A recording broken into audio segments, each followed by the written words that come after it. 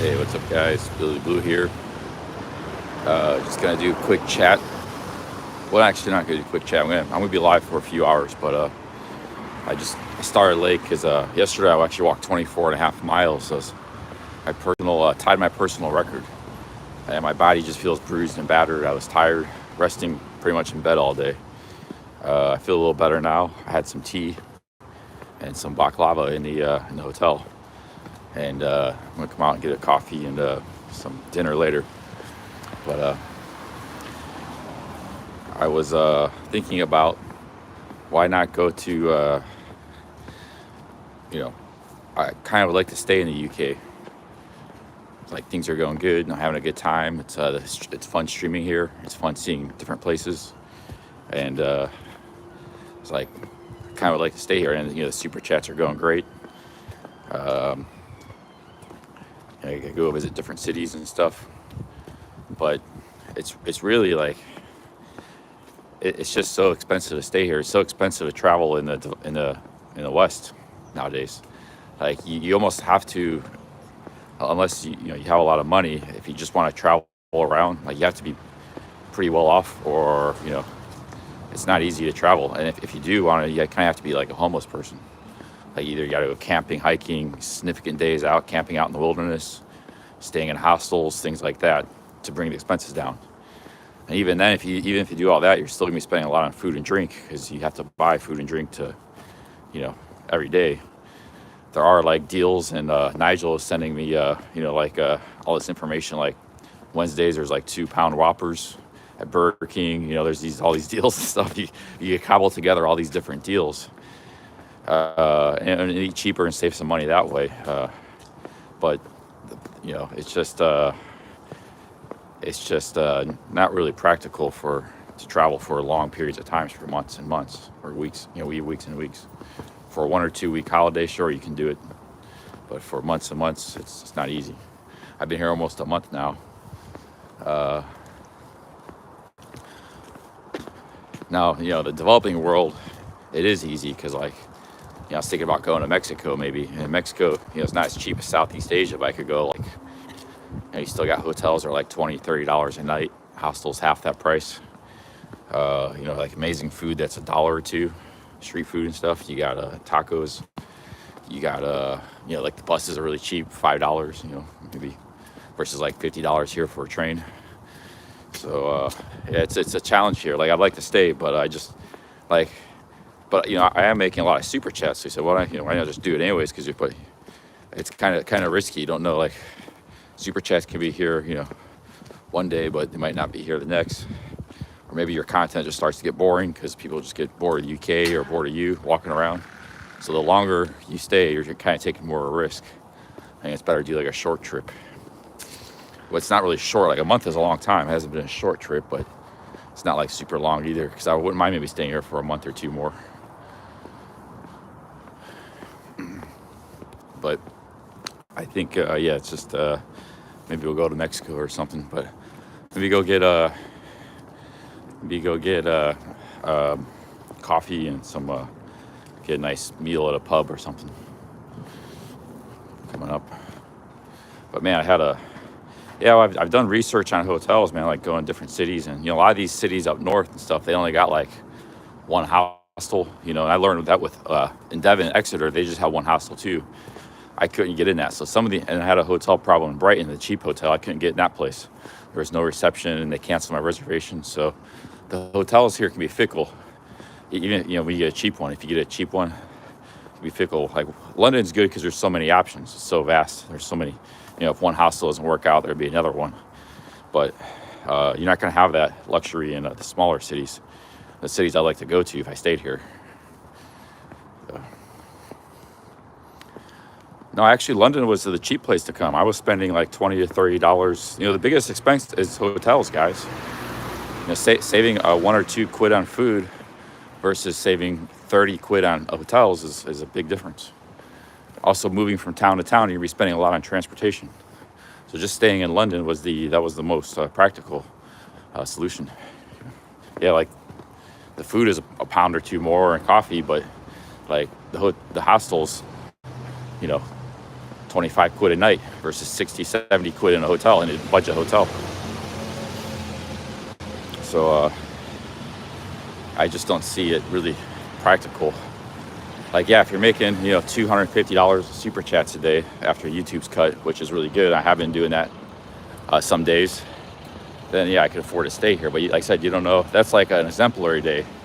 We've had a lot of exemplary days recently, but sometimes you might make like $50 on a live stream after YouTube's cut 80, and you're losing money that day. That could happen over a long period of time. So I think it's risky to stay here. Plus, I'd have to pay like $500 more to go back to America for the flight. So I had the flight expense on top of that extra flight. Eventually, I'll have to obviously go back to America. But anyways, I just sharing that with you guys, and we're gonna go get maybe a coffee and food. I haven't had coffee. I just had tea at the hotel. I barely left my bed. I've been knackered from that walk last night, all day yesterday. 24.5 miles, man. I feel good, it's like really like I didn't injure anything. I'm not nothing's like super sore. It's just a little bit sore. A few muscles are a little bit sore here and there. So it's really good walk yesterday.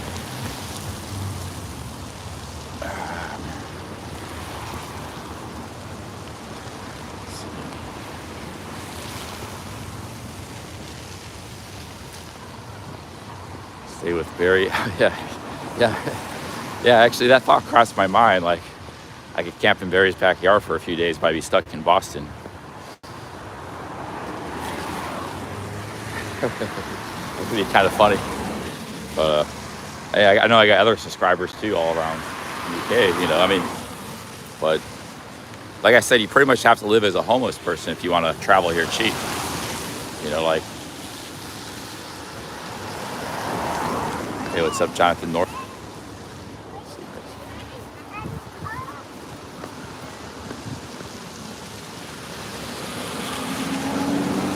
But yeah, I really enjoyed UK. That's kind of why I wouldn't mind staying longer, seeing some more towns, cities. And it's nice. Like, live streaming is all about interaction and stuff. Yesterday's stream, we had met a lot of people on the streets and interaction. And like in an English-speaking country, we can talk with people, have conversations. I know I'm not the best live streamer at doing that, but sometimes we do get some of that, and much more likely to have that than in, say, Mexico, where my Spanish isn't that great, and even more so like in a country like Japan, where I don't speak any Japanese. So, and it's like the conversations here are like natural. It's like there's no awkwardness. It's like, it's kind of the same way with me being in America. It's like, whereas like when you're speaking to people like you say you're in Japan, you're speaking to people, locals, even though they might like study a lot of English, it's pretty good. Like they feel kind of, they're kind of worried they're not speaking correctly the English, and it kind of feels a little awkward, have a conversation and stuff. It's even if their English is decent, So like there's a lot of nice things about being here in the UK, live streaming. And it's cold today. It was like raining. Beautiful day yesterday, but it was like raining. Had a pretty good storm today.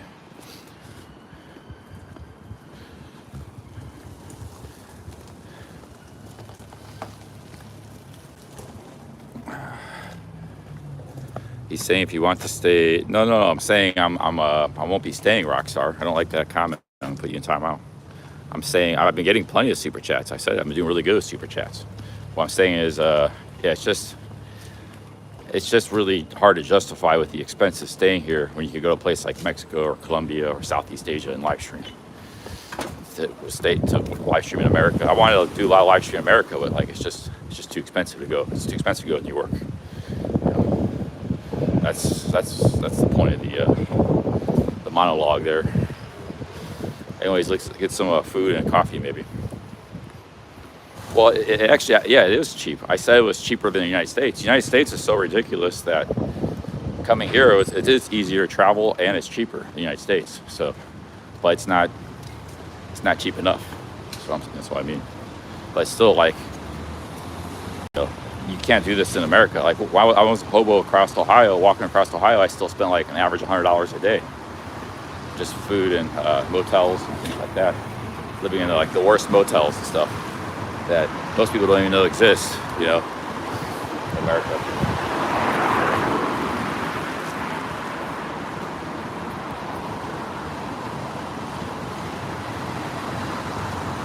Pretty nice day out. I mean, it's nice right now with this nice sunset back here.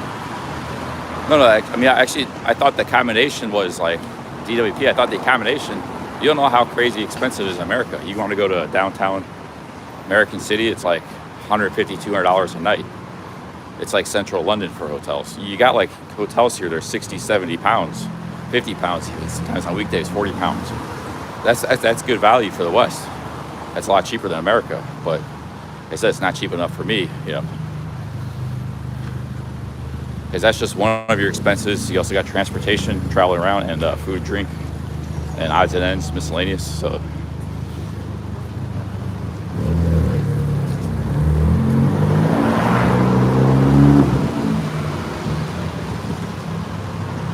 a lot of these cities too, the weekends get expensive. Like you can get some decently priced rooms on the weekdays, but a weekend you need like a contingency plan for the weekends, because hotels get booked and they get real expensive in the cities. Cities like Liverpool, Manchester, even London happens here. I saw that happen to me in Exeter. I had to pay like £100 that one night for a hotel. That was the only option. That was the cheapest option, because it was like on a Saturday. But Exeter is not like a famous city or anything. It's just a kind of a normal city. But even there was like this huge weekend increase.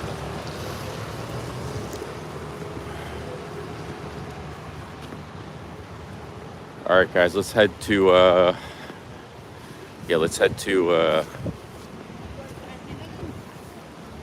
kind of hungry, but kind of want some coffee too. I haven't had coffee yet today. Actually, I feel pretty good just drinking tea. I had a cup of tea from my hotel, Tetley tea, with a hot water boiler. I should start drinking tea.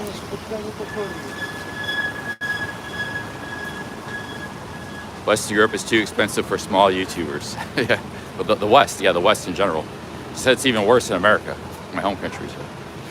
So it's much worse in America. Like America is like, it's two things. It's not just expensive, it's also very difficult to travel around because the distances are so vast and there's no public transportation. Here you got great trains and buses and all kinds of stuff. There's no almost like no bus system in America now. It's like just like the defunct Greyhound. That's it. They don't even really operate very well. So this is much more practical than trying to do this in America. And even cheaper. Yeah, kettle. They give you instant coffee in the room too, but I don't like instant coffee. I never drink it. I know the Thais like instant coffee and the British like instant coffee. Most of the rest of the world doesn't. I was drinking some of that stuff in Thailand when I was in the country. It was the only thing around. I didn't like it. Nescafe. That stuff.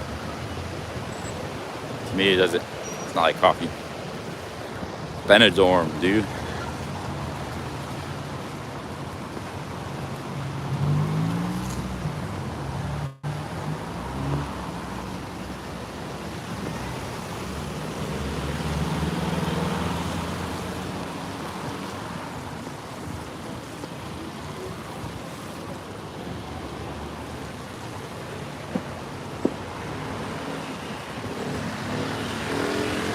Nice cars there.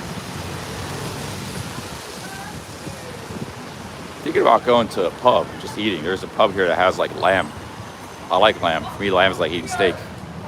It's not easy to get. Like we don't have a lot of lamb in America, and yeah, like I mean, you could go to India and like countries like that, and like almost spend nothing, you know.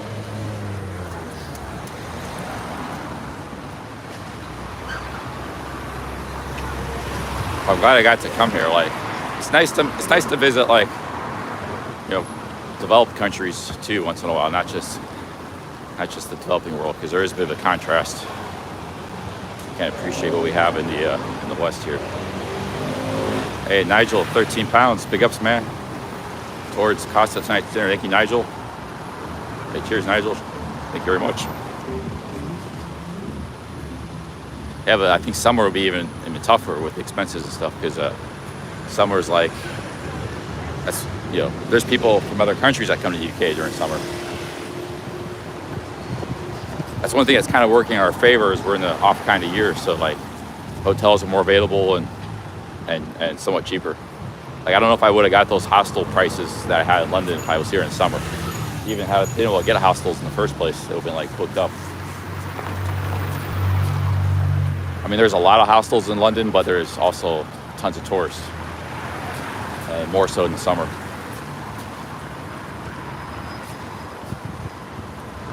Hey, big ups, Nigel. Cheers, man.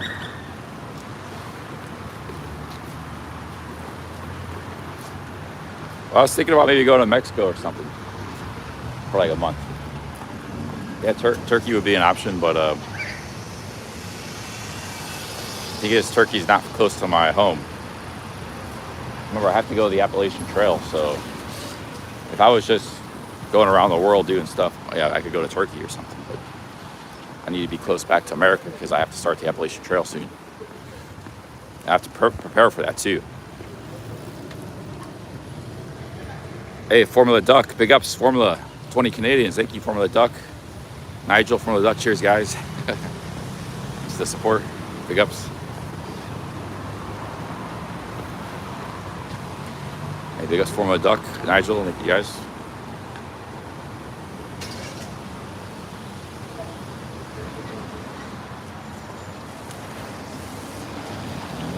But yeah, I'll just go home. I just kind of, I mean, maybe I stay here another month or two and I would do well, but I think it's just, yeah, it's time to go home. I kind of want to, I kind of want to see more of the country. That's the thing. But come back another time. I have to try to see everything in one trip.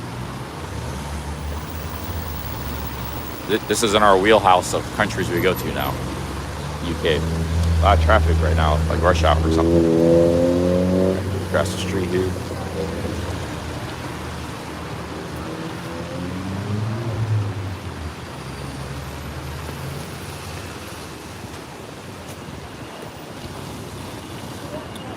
No, I'm not bored. I'm having a great time. Like yesterday I streamed, I never said I was bored. It's like, hey, when people put words in my mouth, man. It's like, I streamed 14 hours yesterday. I had a great time. It was like exhilarating, fun. I met like a ton of people on the streets yesterday. Had a lot of great interactions. That Nepali girl in the coffee shop, those guys on the street, the Jamaican, the rum salesman guy, the British rum salesman, had a lot of, that guy was dancing on the street in the live stream. Had a lot of great streaming yesterday.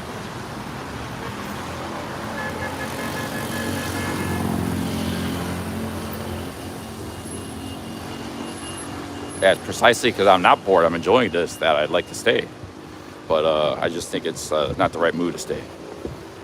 It's not economical.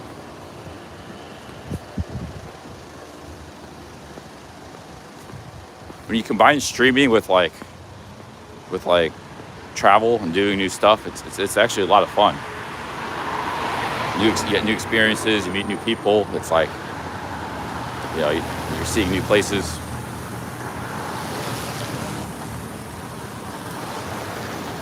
No, I'm not going to Thailand right now. I might go to Mexico or even maybe back to Colombia or maybe some Latin American country for like a few weeks, month, do some streaming, and then head to Appalachian Trail.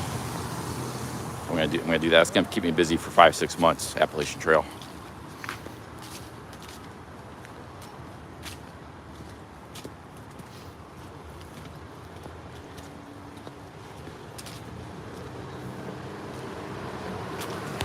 Formula Doug Nigel.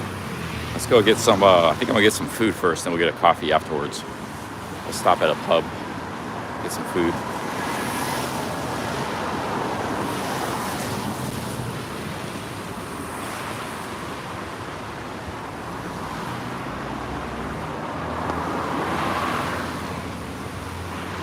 Simon Beach says you can eat and drink at Weatherspoons every day for free. Yeah, that's true. If people like doing that, I mean, I did that one time. I did that in Exeter with BB Bolte. We people bought me a bunch of food. Yeah, like if I did Weatherspoons, there's like some cheap deals. Like I had a pretty good deal yesterday, £9 for a burger, a drink, and fries. Like there are, and then we go to other cities, it'll be even cheaper for the food. But like I said, the big problem is you're gonna have hotel and transportation expenses. It's not gonna be. You're gonna spend 100, I think 100 pounds plus per day traveling around the UK. London, I was able to get that lower because the hostel in the, there will be some hostels up ahead too if I stayed. But yeah, so it's just gonna be too expensive. Need some sort of rail pass. If I had like a rail pass, that'd be cool. Hey Ross, thanks for the 2 pounds. Good to see you in the UK. Thank you, Ross. BB Bolty in the chat. Big ups, man. Thank you, Ross. Cheers. Yeah, a lot of people mentioning Spain and Canary Islands. I just don't have a lot of interest in going to Spain. I've been there before a couple times. Like Canary Islands would be cool to check out. It's kind of a tropical type place, but I don't really know anything about it, how expensive it is.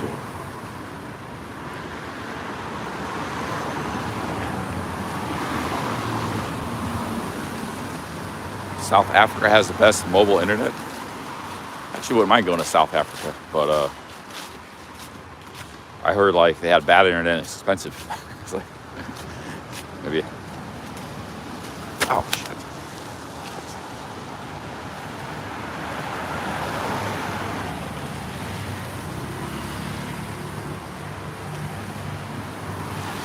Maybe well, I don't know.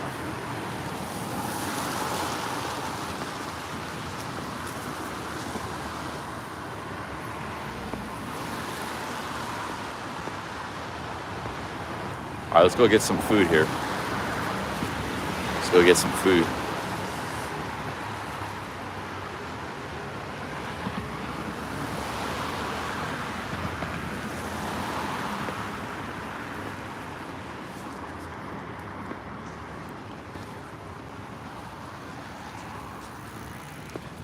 Yeah, definitely. I definitely like to visit Scotland up north and Ireland too. I didn't get the chance to visit Ireland either this trip.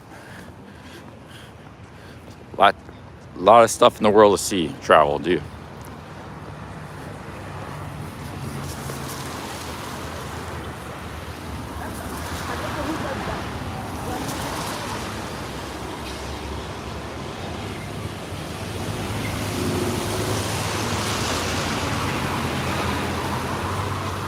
DWP wants to stream snipe me in Edinburgh. Fish and chips. Fish and chips, $8.50 for a large, $7.50 for a small.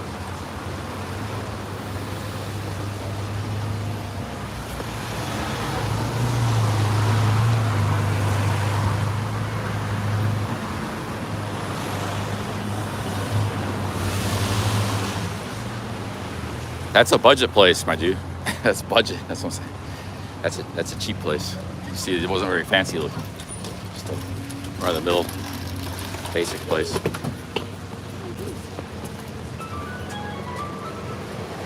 Actually, I might go to Chaiwala. They got get some of that Indian coffee, and then get some bread and chickpeas.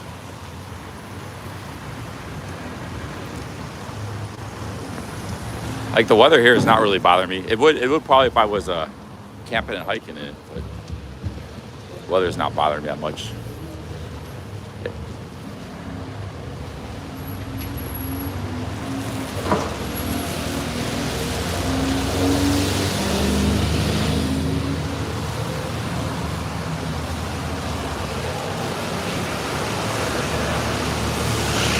And what is this cake here? This is like a Colombian coffee shop. They got arepas, empanadas, called Wild Thing. It's like a kind of Colombian cake, Colombian themed restaurant, coffee shop. It's pretty cool. I didn't even notice that place.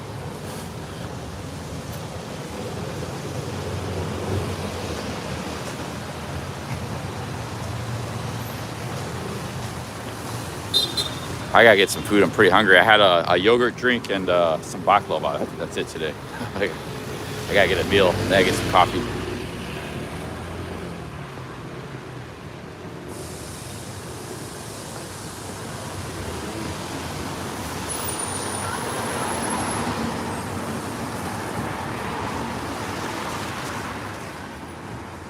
Up here. There's the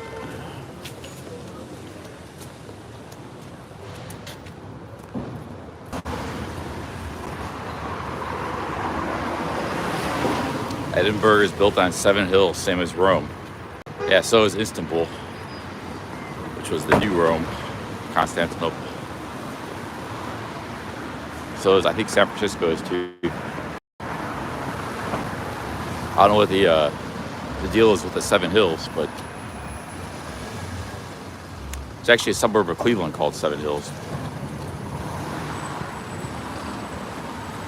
All right, let's go in this place, public bar. Get a boom, BB Bolte with the 2 pounds, big ups. Wow. Stansted Airport, that's over in Essex, right? Stansted to Edinburgh. London has like 3 airports. I didn't know that. But 2 of them are pretty far. Gatwick's over by like Brighton, and Stansted's over in Essex. Hey, big ups BB Bolte. Thank you very much. Edinburgh actually has a lot of hostels, so that would be a good city to hang out for a little while. Let's see, get some food here. We'll run for the straight up. Let's see, you see the menu.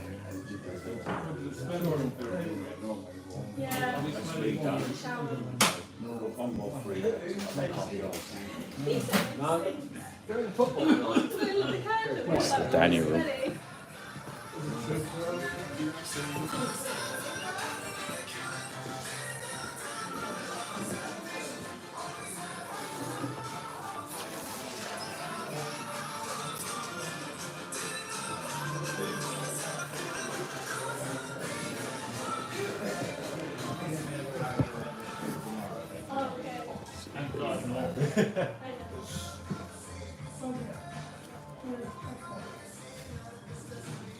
You don't swear, not like you.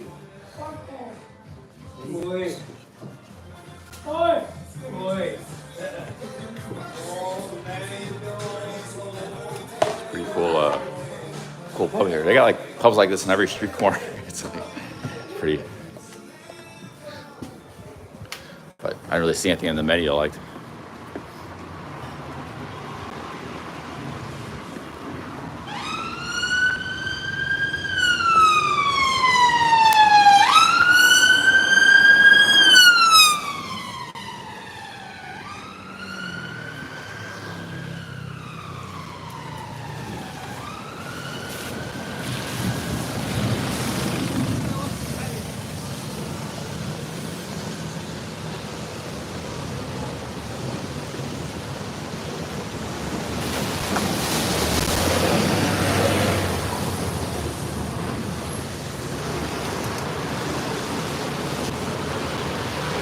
Yeah, we're definitely in England.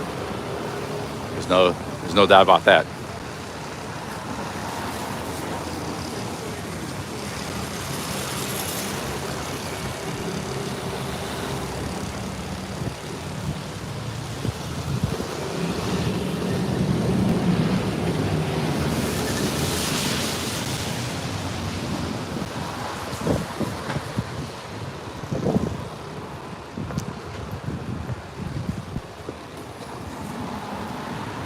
I left the pub because of mainly because of copyright music. I had copyright music going. If you're in for like a few seconds and there's some background noise, but if you stay there, you're gonna get copyright. Just for like 10 seconds and there's background noise, you probably won't get copyright. Last 2 streams actually didn't get copyright.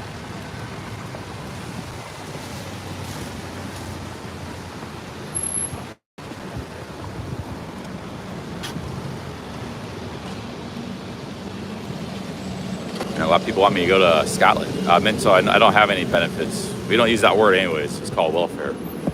It's not, I don't have any. It's not easy to get for a single man anyways. You have to be disabled or be like a war, like a military guy or something.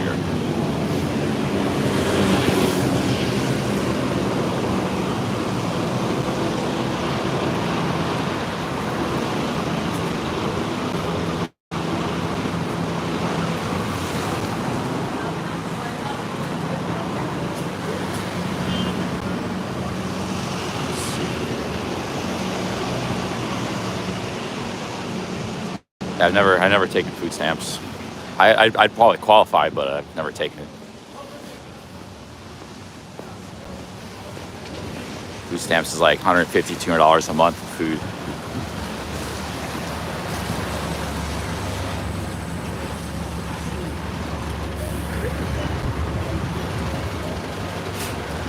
Hey, what's up, Death Row? Kaufman Andy, 200. It's like 150, 200 a month you can get. That you can get pretty easily. You just don't have to, if you're not making much money. You're making like under 25,000 a year or something, or 20,000. I don't know what it is. I never tried applying for it, but I know that's pretty easy to get. That's the only thing. You can get some basic food stamps, $150, $200 a month. But I've never, that would save me money actually, because I spend money on food in America. But I don't, I never actually tried to get them. So.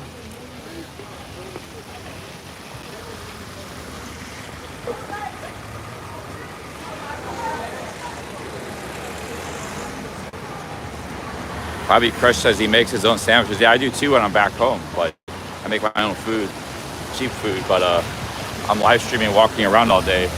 I don't have a kitchen in my hotel. I'm outside all day. I have to eat stuff, drink stuff. Yeah, we could do things cheaper. We could just like go to the grocery store, buy bread, buy cheese, sit on a park bench, do that. That'd save money. Just drink tea and instant coffee in the kettle. Well, I'm not gonna be staying in hotels. Like hostels don't have any of that stuff. You know, hotels have kettles and tea, but you still have to buy the coffee unless you just try to beat caffeine withdrawal while you're traveling. But yeah, plus I'm also a streamer, so like going into different establishments and restaurants is actually part of my content. Yeah.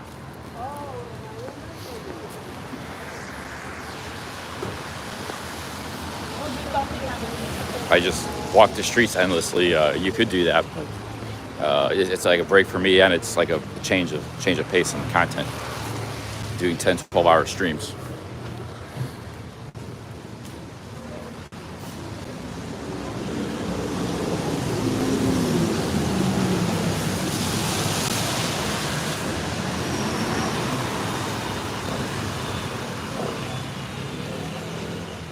Like traveling cheap in Europe, man, it's not easy. Western Europe, like I think if you wanted to do like 50 pounds a month, or it's like $60, I mean a day traveling, that'd be really hard.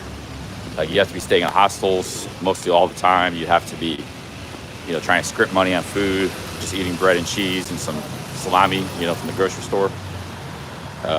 Getting a nice meal here and there once in a while. People used to do that backpacking in Europe. They would stay at the hostels and they would eat at grocery stores. But they were maybe spending like the equivalent of like $1,000 a month doing that. Now that's doubled. Now that costs $60 a day to do the same thing.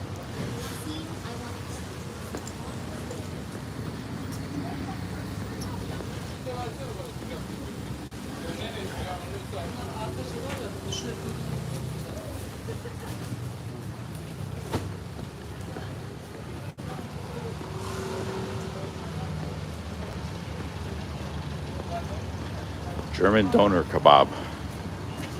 What is this place? Abu Zaj Shawarma. Oh, it's a Syrian restaurant, Damascus.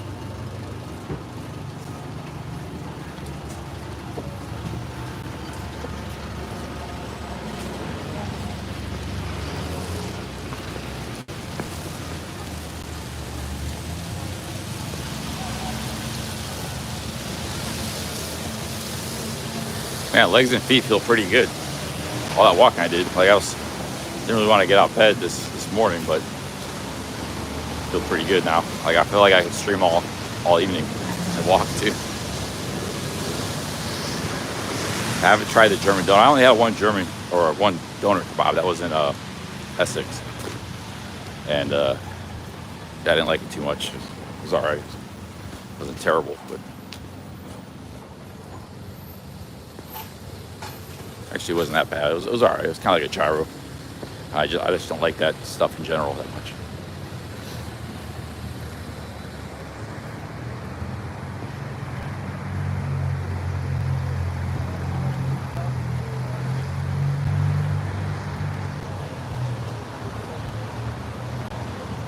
Hey, Russ Coit. Russ Coit with the 3 Aussies. Big ups, man. Thank you, Russ. Thank you, Russ. Cheers. Damn, I need a coffee, man. I need coffee more than food now. Thank you, Russ.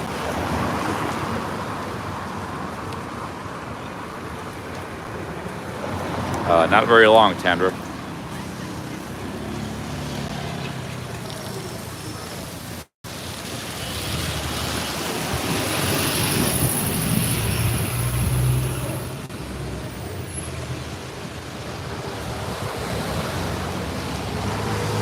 Yeah, that was kind of fun stream sniping yesterday. You know, stream sniping is part of the live streaming thing. Like, streamers get stream sniped, or other streamers stream sniping other streamers. It adds content. It's interesting. It's entertaining. Meet new people. You know, subscribers can come out and meet the other live streamers they like to watch. So I think it's a big part of the big part of the program. But that was one of the first stream snipes I ever did. Usually on the receiving end. It's always been great. But like, if you don't like stream snipes, like, don't be a streamer, because that's a big part of streaming. Or you just stream in your room or something. Because anybody can pop out of the woodwork any moment, you know, when you're streaming. That's happened to me many. There's been times I've been stream sniped 5 times in one day. Detroit, I was stream sniped 5 times. But they're all like nice people, and people, you know, buy me drinks and helping me out, you know, give me rides and stuff. And it's like, it's usually actually a really great thing. It's always been a great thing.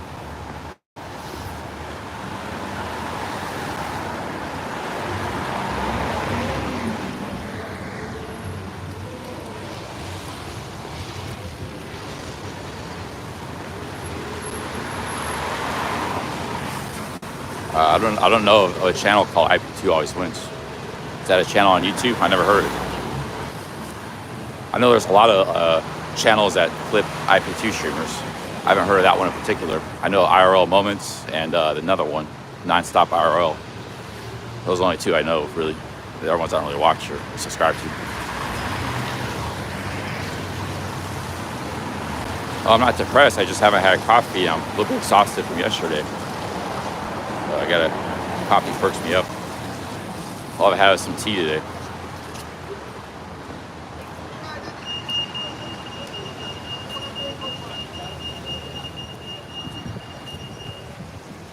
Oh, that's cool. It was clipped.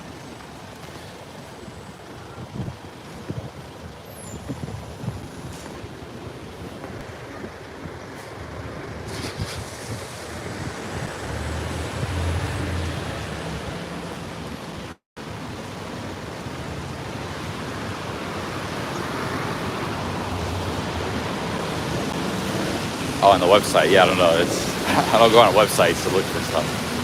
That's cool.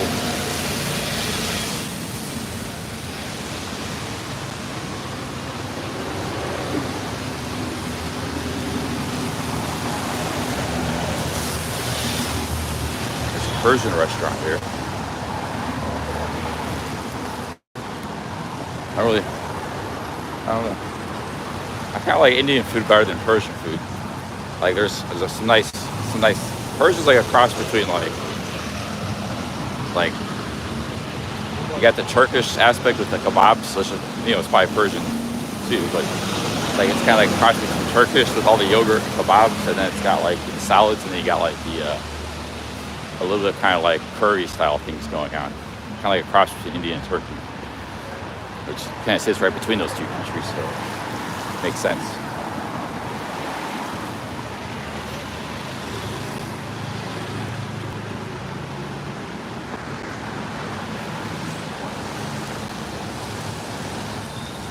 It's like, I don't really want a kebab.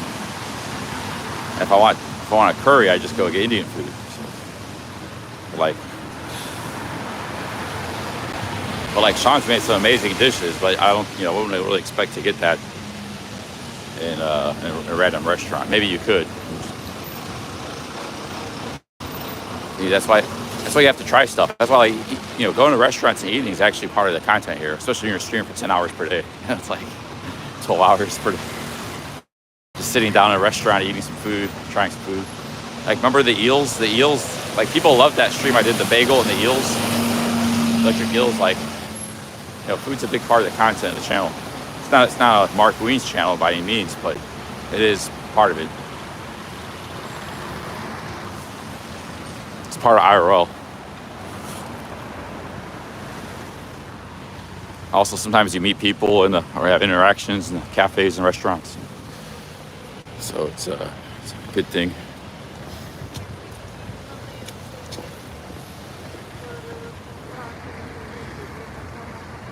Main man says, stay in UK longer, so much more to see.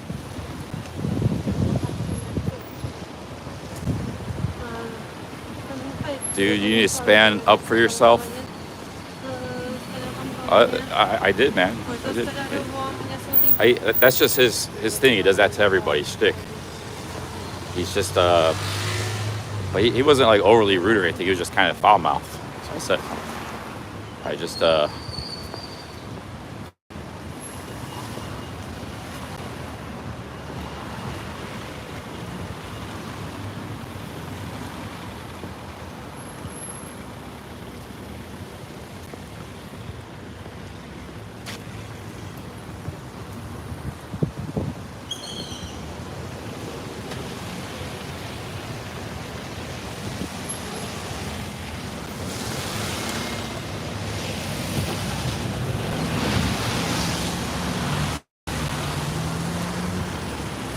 Vincent says, I think Charlie handled the situation perfectly.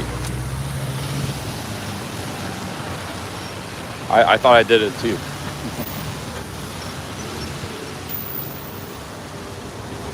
I think it would have been pretty, I wasn't going to run after those guys, so like, that would have been pretty cringe.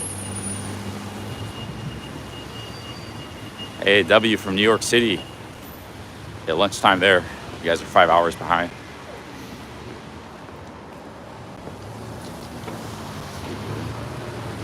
To our group. No, I booked a round trip because it was a cheap deal. If I had booked like 2 one-ways, it would have been double the price. The deal was the round trip. So I booked it, giving myself a lot of time, a whole month in the British Isles. Yeah, that was the deal, the round trip. If you choose not to take the return flight, then it's going to cost you. The return flight I got is basically free now. It doesn't cost me anything. If I don't take it, then I gotta buy a flight back at some point.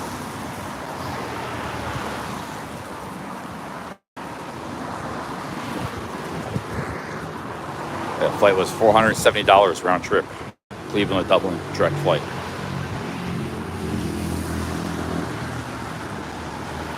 I was looking at the Mexican border. I was like, maybe going to go stream around the Mexican border, towns like Brownsville and stuff. Glad I didn't go there, even if it was like a cheap price, because there's really nothing to see down there. It's just, but that would have cost $1,000 round trip, so it was less than half the price to come here.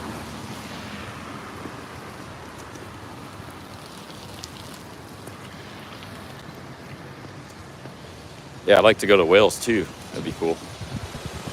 But Appalachian Trail incoming. That's right. Yeah, it's a hard word to spell. I'm not 100% sure how it's spelled. I think it's like 2 P's. I think you just about, it's Appa with 2 P's, so it's Appa and Lation.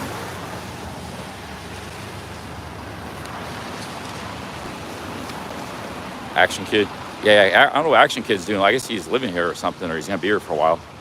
He's just, he's like streaming in London every day. He might be trying to expand his channel because his channel was built on New York. And I think he was in Miami for a while. It didn't really work out for him. He's kind of a big city guy. Like, he likes to stream around big cities, a lot of different places to explore. So London's perfect for him. I think he probably recognized that and decided to come here for a while. He might be here for a month, 2 months. Who knows? Tokyo would be good for him too. He could go to Tokyo.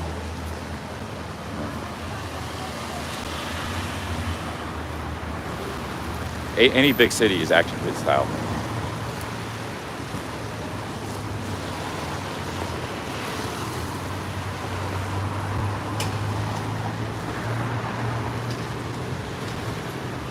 I was in Cornwall, not Devon Trail. The Cornwall Trail was actually, it was good. I didn't have it was tough to camp with my gear. I had one good camping night. Next night was a disaster.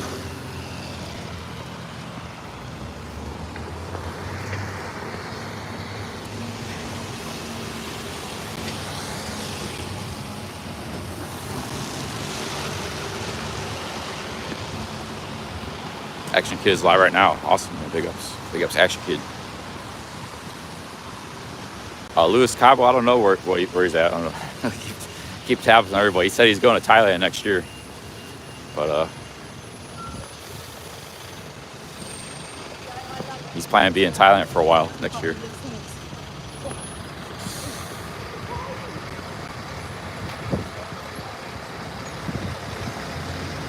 SOS Chris liked yesterday's kick stream.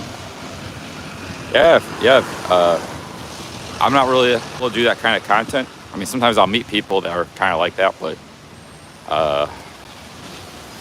if you like that kind of stuff, like look at, there's many different types of streamers. Look at Action Kid. He's very he's just known, like, Action Kid's forte is just like really good camera quality, very stable image, and just showing the sights and sounds of the city. He doesn't do a whole lot of talking. He doesn't have the camera on his face.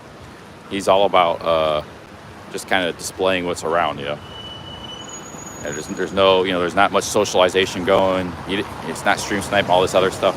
His IP2 is like a whole nother kind of thing. I'm kind of in between, I think, those two, you know. And there's some streams that are just kind of about, it's a lot about them. It's like a day in the life. I kind of like that too a little bit. So there's many different types of streaming and streamers. You know, Action Kid's one of the most successful streamers, and he's completely opposite of the IP2 crowd. So shows you there's more than one way to do this. Some people have success just streaming in their room and stuff. You know, they can do that too. It's like, or just streaming in bars, or, you know, there's a lot of opportunities for streaming. But most streamers don't make much money. I'll tell you that. But like I said, you can do. It's important to have fun with it. Action Kid might actually do some of the best because, like, he doesn't get a lot of super chats, but I think he gets a lot of ad revenue because he's got 400,000 subscribers. He gets a lot of views. So he's the one streamer that kind of makes money from ad revenue. That's why he's here in London, and, you know, because what happens is he has videos and live streams, but his older content keeps getting views. Some of it, people, because the footage is clear and crisp, stable. Like, people want to just see a neighborhood or something, or looking at it. They might be thinking about moving there or something, or they're visiting, and they go on his videos actually come up in the search in the algorithm on YouTube. Whereas, like, my streams don't ever, you know, and they'd be copyrighted most of the time, even if they did. So I wouldn't make any money off of it. So he's one of the few guys that actually makes money from the ad revenue on streaming. But he gets super chats as well, you know.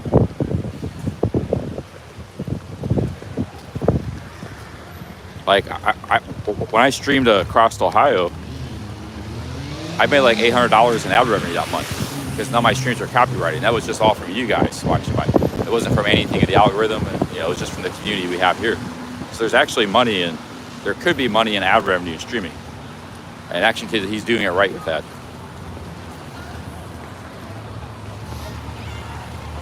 But most streamers, we have to rely on just, you know, tips, super chats, or however, power chats, or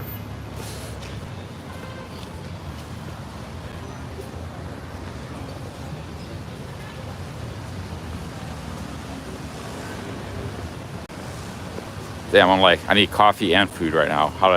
What should I do? A Pret a Manger could be a good solution because I could get like a sandwich and a coffee, sit there for a while. I then go get like a meal after that.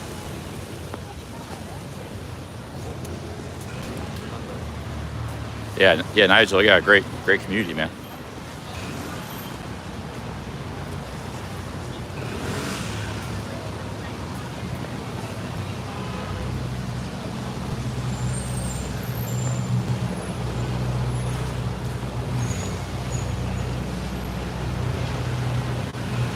Yeah, I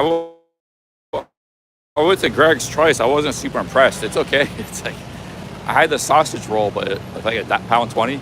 But the sausage roll I had that one time in Cornwall was better. So I was comparing it to that because we don't have sausage rolls in America. So that was my first time having it. I had maybe one of the best sausage rolls you could get at that pasty shop in Padstow, Cornwall. So I was like, and then I had a pizza, which was okay. So I wasn't super impressed by Greg's. The problem with Greg's, there's nowhere to sit down. So.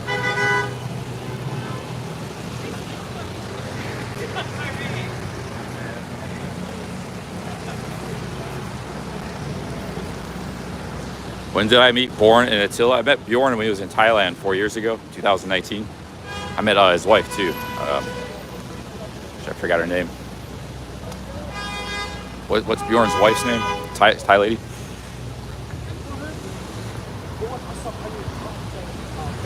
And then I met Attila in Detroit. He stream sniped me. We hung out, had a couple of beers. Boosterin, that's it. Yeah, Boosterin.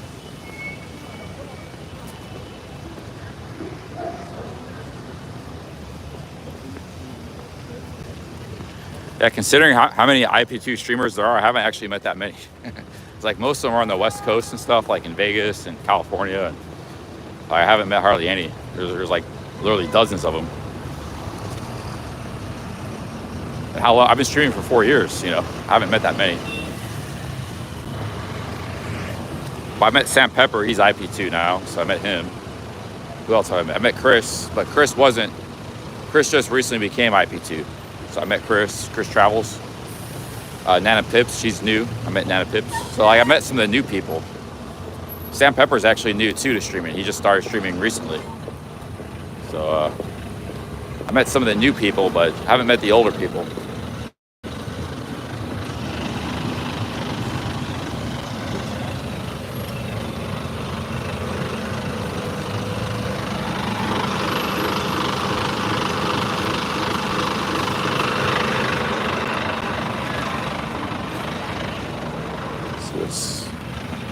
Across the street here. No, Sam Pepper started streaming like 6 months ago in Thailand. He was a YouTuber for like 13 years. He was a prank channel. He just started streaming. He's only streaming like 6 months. He started in Thailand maybe around, I remember because people in my chat were saying, go stream snipe Sam Pepper. He just popped up out of nowhere. Like he was off YouTube for years. And he popped up, started streaming in Thailand when I was also in Thailand. I didn't stream snipe him because he only did like a few streams there. He wasn't really active. But then he met up with Ice Poseidon, and then he was going on from there.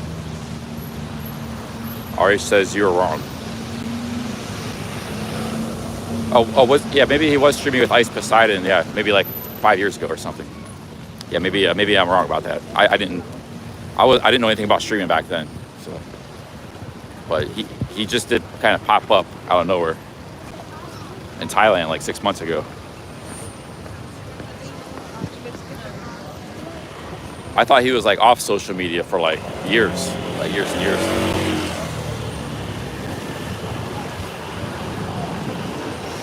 Here's a Preda Manger. See if there's anywhere to sit there. Anywhere to sit, nowhere to sit. Damn, what should I do? I think I'm just gonna get a coffee. Yeah, I gotta get a coffee when I stream. Get a coffee and cake, then we'll get some of the dinner afterwards.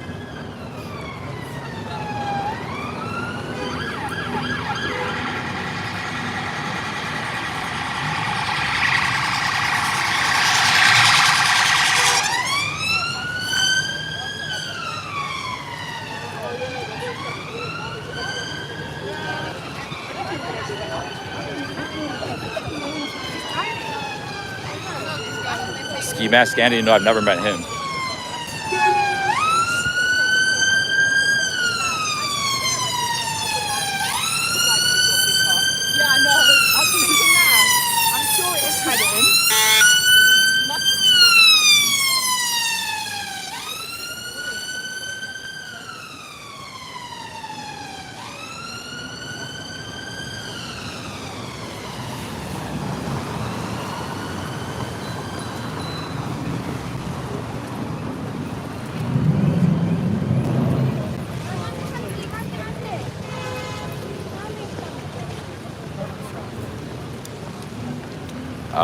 SJC, Sam and Andy.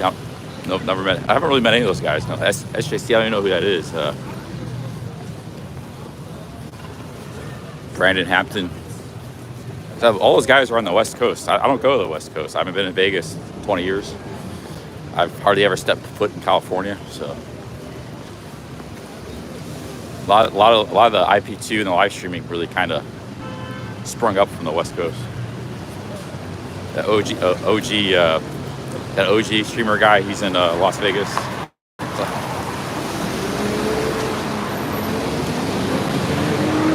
We sort of have our own genre. We call it the Thai genre, because a lot of us have a shared interest in Thailand.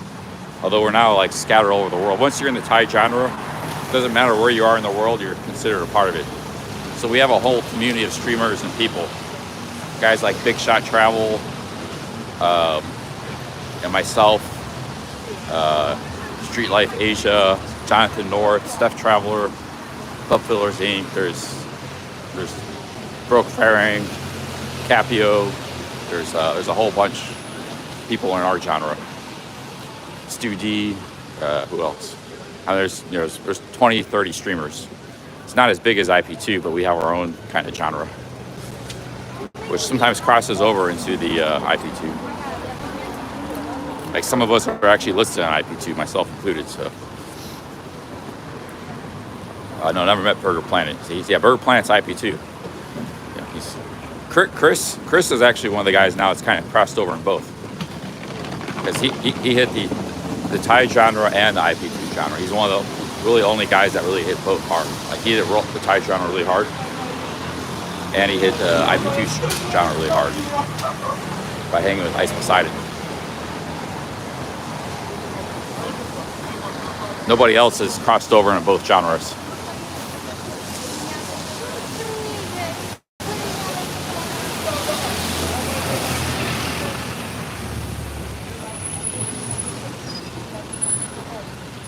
Yeah, well, they used to do YouTube. Now a lot of them are on Kick.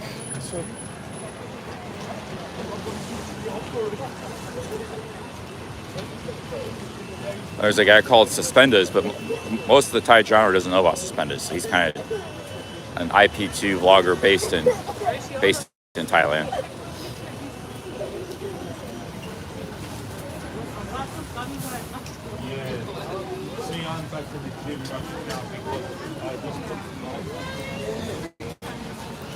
The road across. Give me Dave's number. This neighborhood's busy at night with the rush hour. Go get a coffee here. Let's see if there's seats upstairs. Oh, man.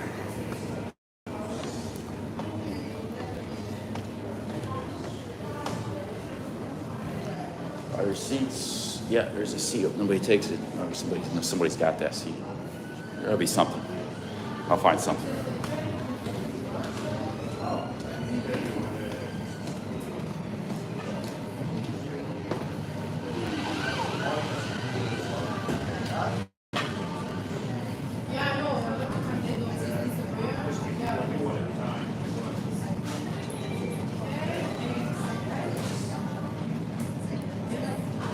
I get a cheesecake, I think. Try the cheesecake. I had the tiramisu in Essex. That was pretty good.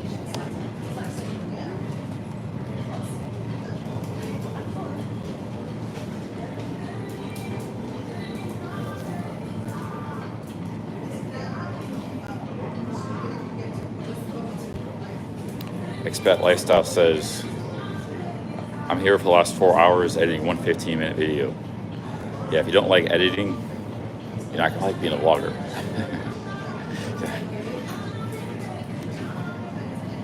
Or you're gonna find a format where you don't have to do much editing. Some formats you don't have to do much. Like you do a walk around video, there's very little editing for that.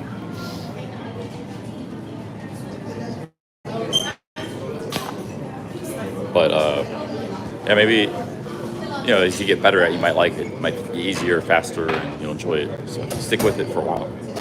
Editing.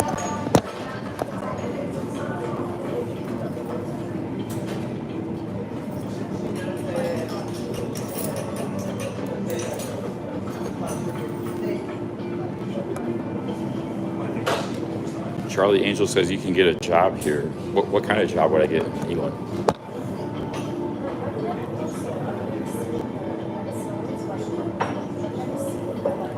I was on Kelly Caldwell's chat. He lives in Washington, D.C., which is like one of the wealthiest, best job markets in America. He says he has a tough time getting a job. Because he had a lot of a big gap in work history. Nobody wants to hire him. So I have the same problem. I have a big gap in work history. It's not that I haven't worked, but like I've done things that are unconventional, YouTube and magic cards. So that's not really goes good on your resume. Kelly Caldwell has the same problem. He said he used to be a professional gambler for years. You can't really put that on your resume.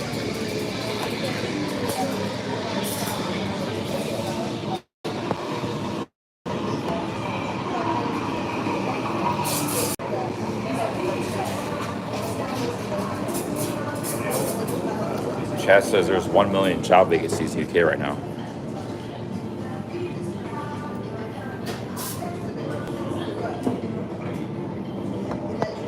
Caffeine withdrawal is starting to really kick in. I need that coffee.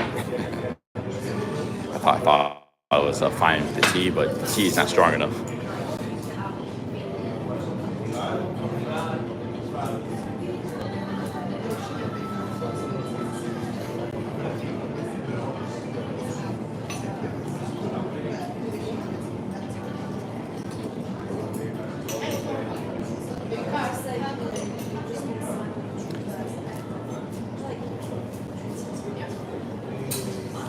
I like being an entrepreneur. That's what I've always been.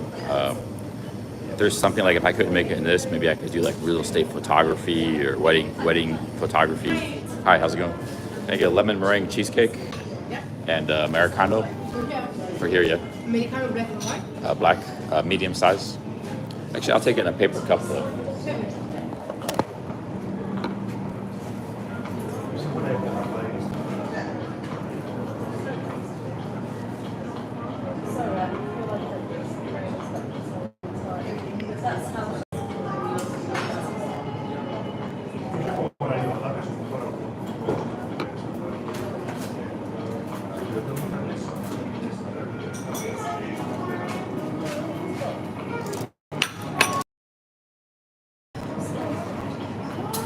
I haven't had a coffee yet, Max. That's why. And I'm really tired. I walked 24 miles yesterday. I'm still exhausted.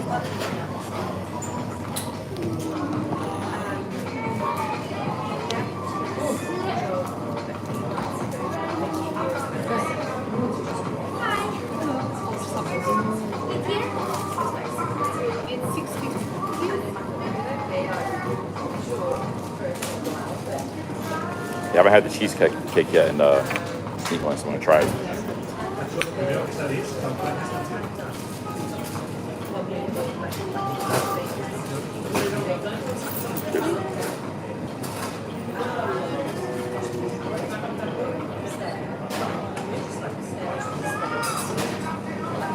think 340 in the chat. What's going on? This is just going to be a coffee eating stream today. Cheers, thank you. Hi.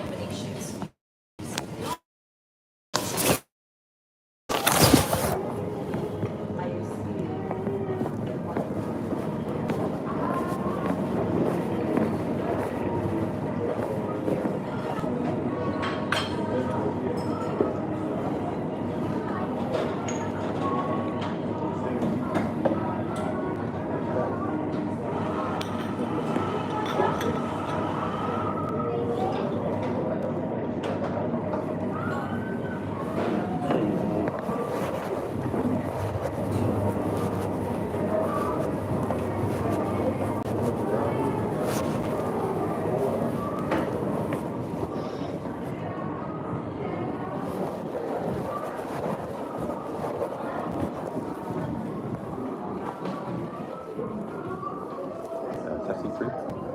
Cheers, man. No problem.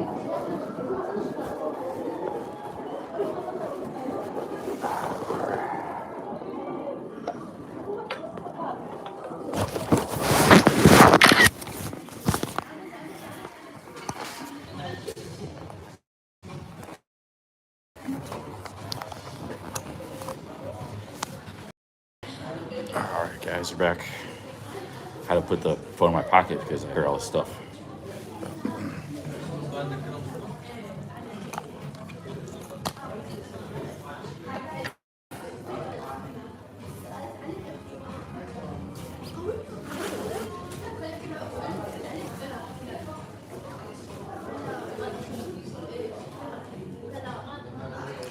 Dinesh says I could be a good politician.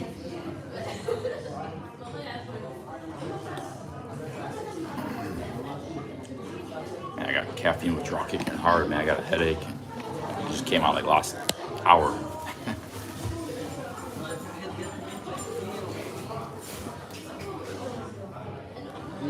Cow.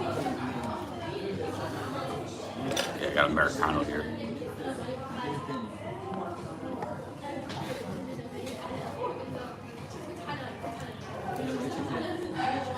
Dave Bull says, dressed well. This is how I've been dressed like every day. Same shirts.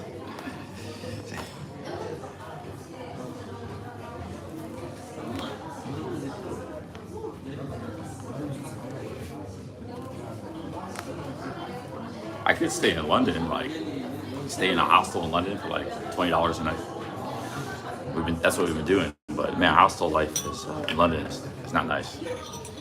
It's good for a day or two, but not for weeks. I've enjoyed my own room I've had the past few days. Nice.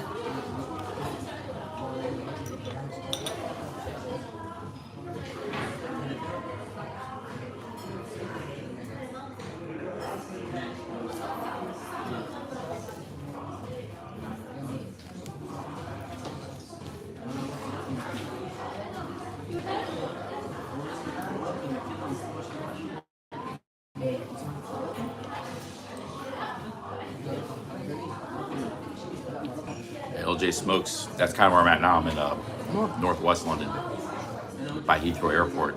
It's pretty cheaper hotels over here. I think my hotel was like $65 a night.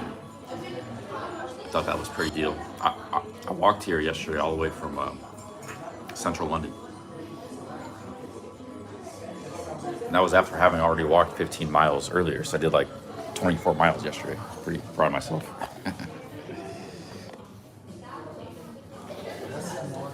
You're miles away, yeah. Some other part of the city.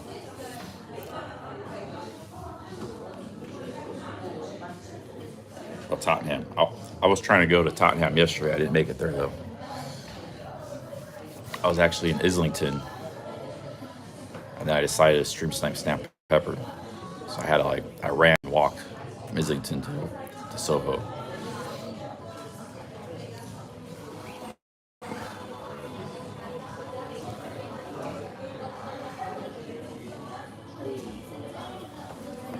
No, Chris, I did 24 miles on the street.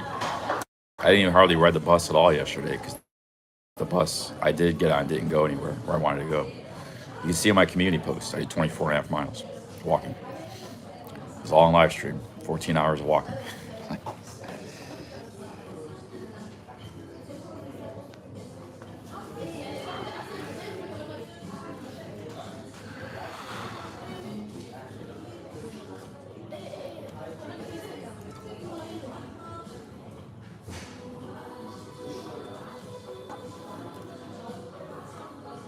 Yeah, I started about 9:30 in the morning and didn't finish yesterday till midnight.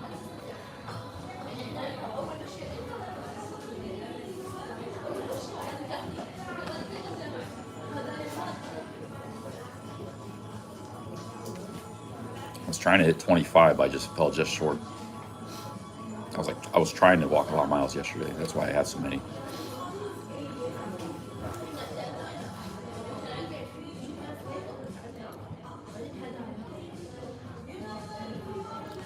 $30 an hour in the Bay Area. That's pretty good. Or would I live in the Bay Area? Yeah, $30 is nice, but I need a car, I need an apartment. That's like what, $1,200 a month or $1,200 a week. I'll do it when you're home.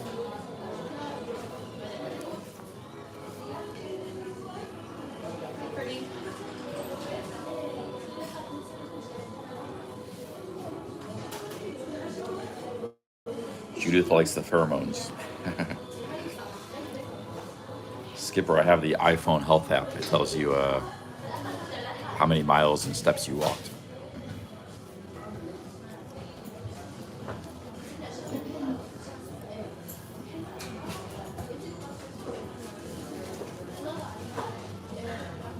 That's what Wander Nirvana is working on. He's working some security job.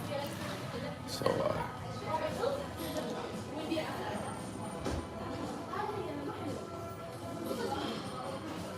LJ says Sam treated me like a mug as well. Oh, yeah, oh well. Yeah, big up Sam. Oh, so you actually, LJ, try to visit Sam, yeah. Maybe some people just don't like stream snipers, but if he's going to do consistent IRL on the streets, he's got to get used to it. Because, like, he's bigger than me. He's actually notorious on YouTube. He's famous from years ago, so he'll be getting a lot more. You know. Like me and you, we're polite, we're nice, but he might, have some not so nice stream snipers. Maybe he had bad experiences in the past with stream snipers. Maybe that's it. Because he was controversial before, so maybe he had some bad experiences. But he's not very welcoming to stream snipers. That's all. Oh, you're with him for 30 minutes. That's about 29 more minutes than I was with him. But to be fair, like he was creating content. Like he had Modine with him. I was kind of interrupting that, so added my 1 minute of content to the program. That's about it. End of the day, it's all content. You can't take anything personal with YouTube. With live streamers.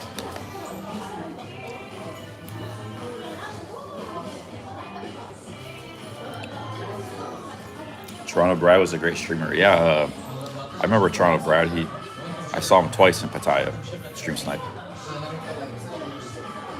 Toronto Brad's like one of my oldest subscribers from my old channel, so like I knew about him because he had a very it used to be called Toronto Skyscraper Blog. So like he had a very catchy YouTube name, so I always remembered his name. He used to post comments on my videos, like when I first started doing YouTube.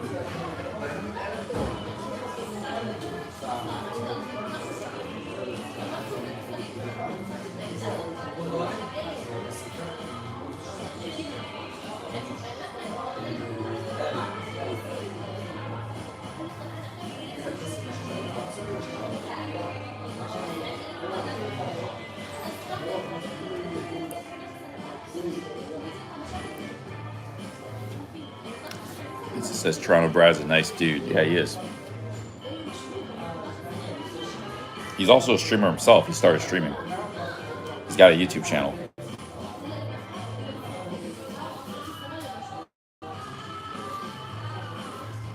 It's part of the Toronto crew with Jeff Lepard and Yasmin and all these, and Orchidelia, Sizer.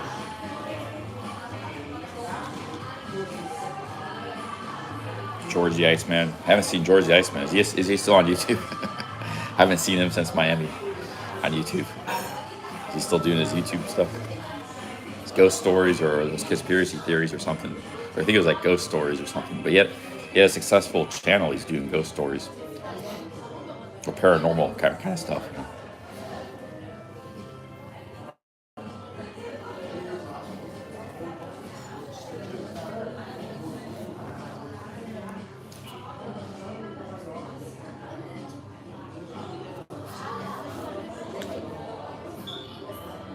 Today I'm not doing much, man. I'm pretty exhausted from the walking yesterday. I'm just gonna have some coffee, have some food, and that's it today.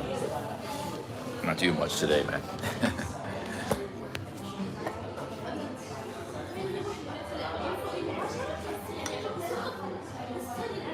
It's good cheesecake here.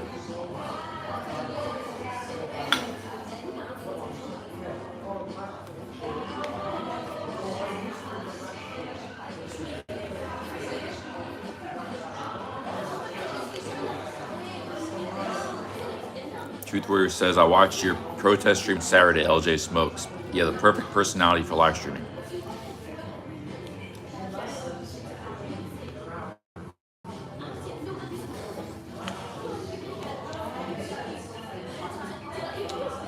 ups to LJ Smokes or IJ Smokes. Oh, I keep saying LJ.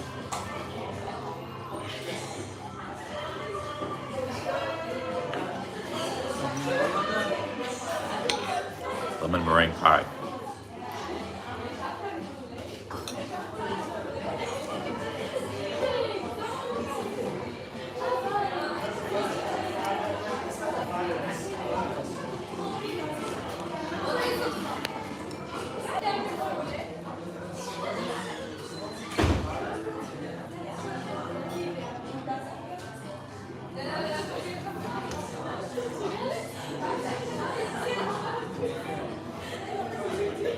Mad Max says meet LJ Smokes. I wouldn't mind. He says he's in a different part of the city. He's by Tottenham, so fortunately you get a chance to meet. I don't have energy really to stream too much today. I'm just chatting with you guys, having some coffee right now, have some dinner. Like I'm telling you, man, that I intentionally pushed myself all day yesterday to try to get as many miles in. When you do that, it's really good for you because it's just like weightlifting. It breaks your body down, but it comes back stronger. So I was doing that on purpose, but you're pretty much zapped the next day. So now I'm zapped, you know. Like when I do the Appalachian Trail, I want to be doing some days 25, 30 miles. The only way you can get to that level is you have to push yourself through pain for like hours. That's what I was doing yesterday. But you're going to be wiped out the next day, you know.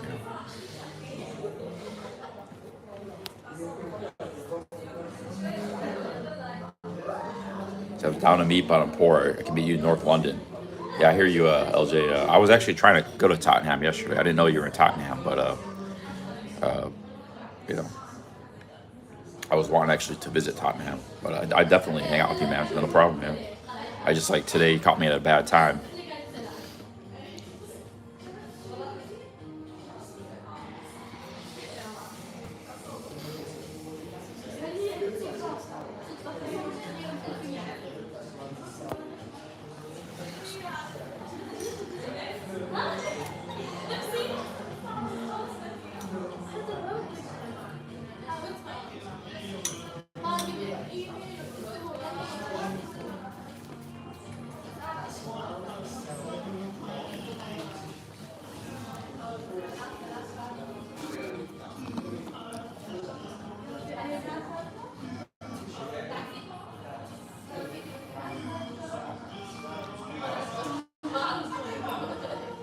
Oh, you're in Enfield. Never heard of Enfield.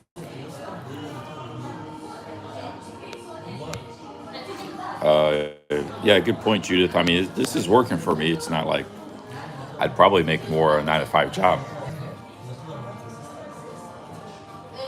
This is kind of like actually like a part-time job, what I'm doing right now, because it's like I stream for a month and then I'll stream for another month or two.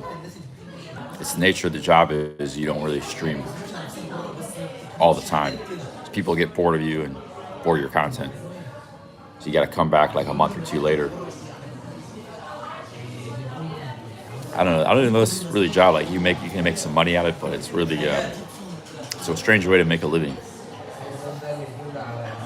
Like I don't think I'd be able to raise a family doing what I'm doing right now. You know, it's a strange way to make a living, but it does work. It allows me to travel. I can make some money from it sometimes, you know. So right now, you know, my near future says Appalachian Trail. See how that goes. That's also not going to be very lucrative. Like I'll make some money from Twitchy and some, you know, but I have expenses as well. So I'll kind of reevaluate life after the Appalachian Trail. I could try to go back being a vlogger. If you want to make it on YouTube long term, you got to be a vlogger. That's because you get ad revenue. The great thing about being a vlogger is you get ad revenue. You get it every day, whether you put out video or not. Because you know, I was making thousands a month when I was a vlogger. And you know, sometimes I would go back to America and I would vlog for a month. I'd still be making money from all your old videos. It's just ad revenue, but it's not easy to get in that position. So I would have to give that one more shot before I threw in the towel YouTube. Like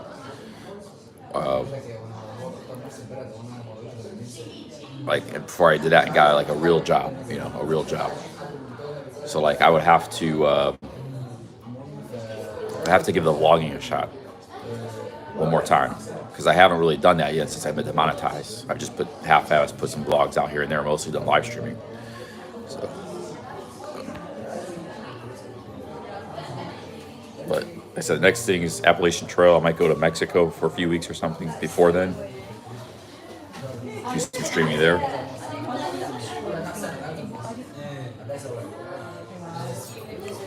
We'll still have it. That's because to get a YouTube channel going, sometimes it takes 6 months or a year of like output. You have to put out vlogs every day, every other day, consistently. And if you don't, that's how I built my channel originally. The first year I put out like first year in YouTube, I put out like 300 videos, 250, 300, almost one every day. And some of those videos were trash. Some of it was just filming a guy making street food. Some of it was, just hanging on Walking Street for 15 minutes. No edits, nothing. But it was a mix. It was like other videos I would edit and put a lot of time into. But whatever I did back then, that formula worked. My channel went viral. So if I want to do that again, I have to do that again. But it took me 6 months to really see things clicking. It didn't just happen overnight. 6 months of consistent output. That's probably what I'd have to do again.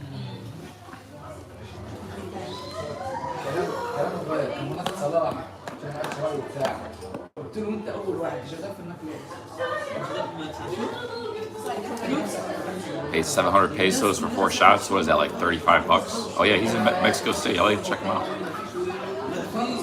Mexico City.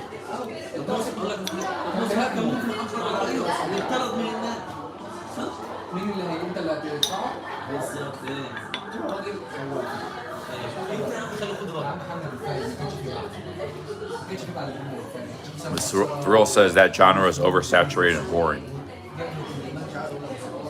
Yeah, maybe. Like I said, I'm just gonna do the Appalachian Trail now. I'm actually gonna vlog that, but I don't know if that will do well with vlogs. But it'd be interesting maybe for some of you guys who want to follow along. If that does do well, I could be I'll be a hiking vlogger. If the Appalachian Trail doesn't do well, then I might have to think about what I'm gonna do next. I could go back, live in Pattaya in the fan room. I can. I've had some ideas from some other channels to try, but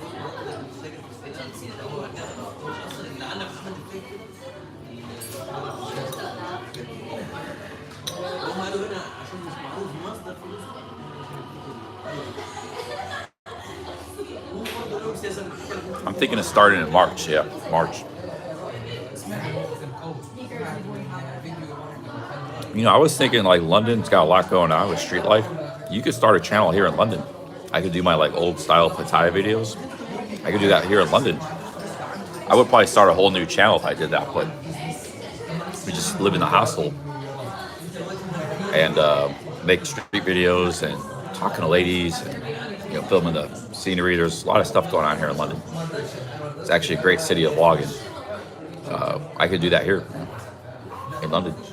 If I got like a job here, like imagine I got like a job, just could be anything, working in a coffee shop or a restaurant or something, serving, cleaning, washing dishes. I get the job, that covers my bills. Then I try to start a London vlogging channel.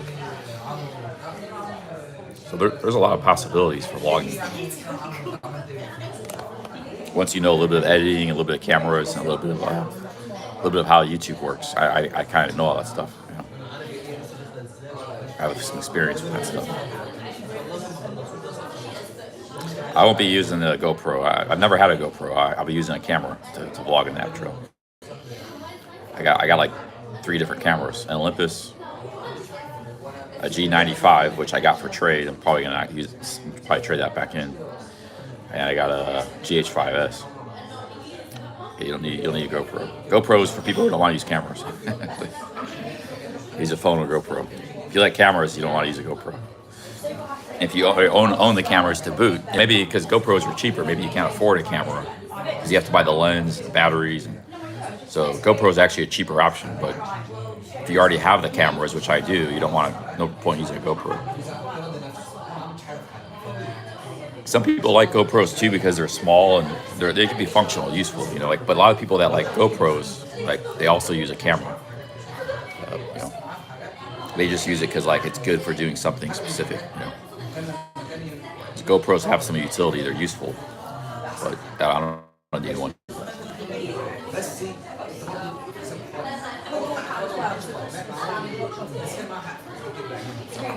Yeah, you can use a cell phone to vlog. Nothing wrong with using a cell phone. I've even recently started contemplating. I can just use this phone vlog. You know, you got two lenses on it.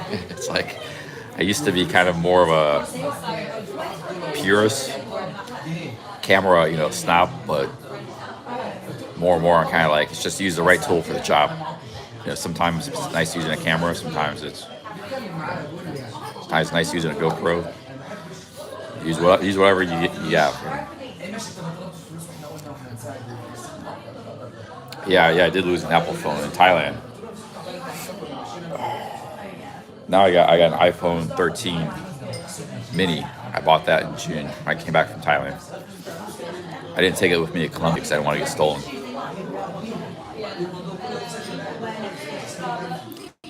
Yeah, Lewis. Well, he's a hold of me right now. I see him, but I got an email. But I'm not going to be in England much longer. So LJ, man, you had a chance. I was here for like 17 days in London. You had a lot of opportunities.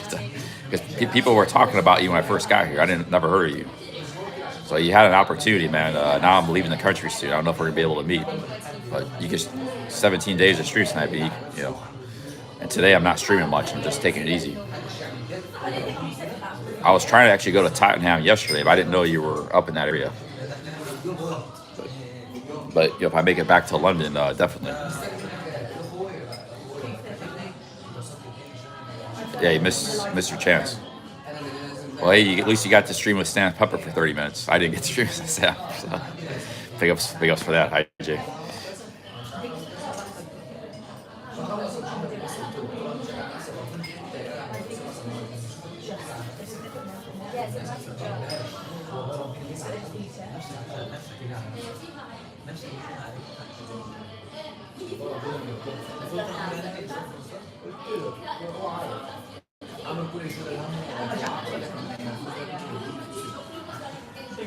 CC, show us around the shop. Well, it's a nice coffee shop. It's I'm in the corner. I can't really show you guys anything. This is the upstairs.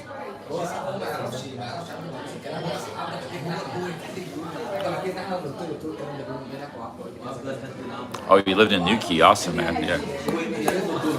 I enjoyed Cornwall. Newquay, too. Yeah. I enjoyed all of Cornwall, man. Cornwall is awesome. Wouldn't mind going back there, too. Cornwall, Devon, the Jurassic Coast. Because they got, like, trails. They got these awesome trails.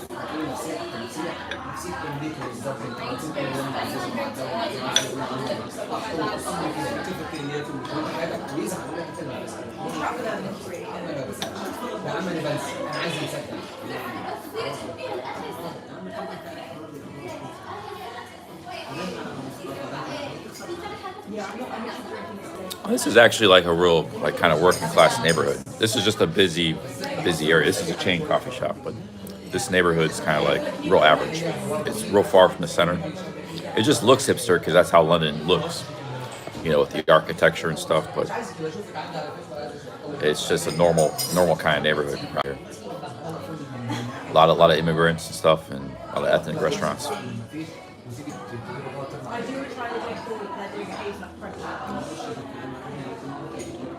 The hipster part of London is like east, like Shoreditch, and some of the neighborhoods around there.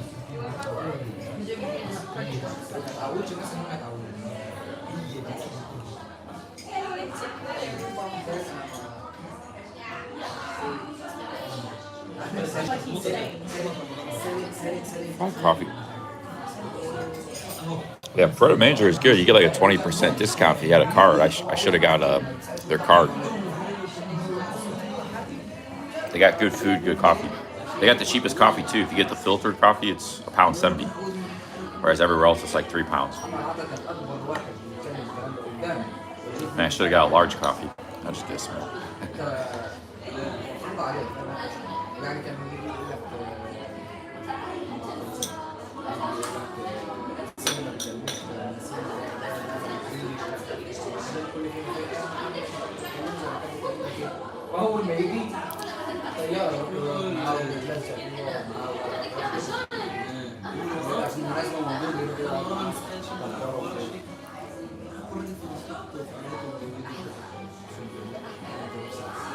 Coffee's not overrated for me, Ella. If I don't drink it, I get caffeine withdrawal. I get a big headache, and it lasts for like 6 days.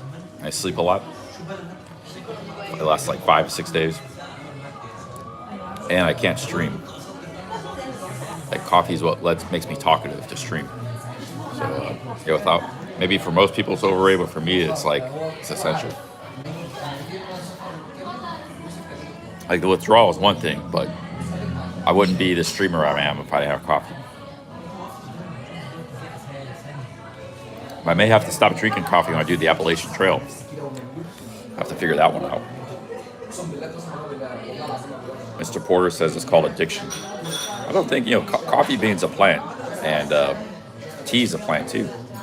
I don't think it's really, it's maybe more, I consider it more of a dependency. We depend on it, but addiction is a strong word. I depend on it, yes, but I'm not addicted to it.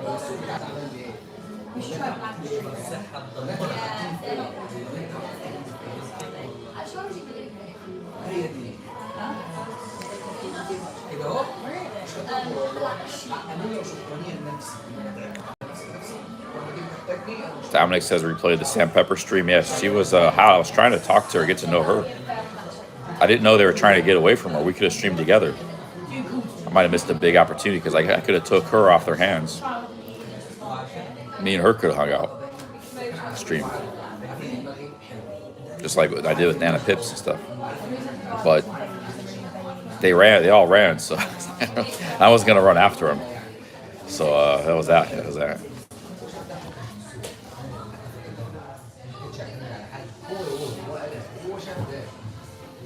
No, I'm not changing my mind. I've already said I'm set on doing the Appalachian Trail stuff. As long as Twitchy backs me, I'm going to do the Appalachian Trail. So I'm going to time you out, Steph. Put you in time out here, 5 minutes. Just call me a scammer.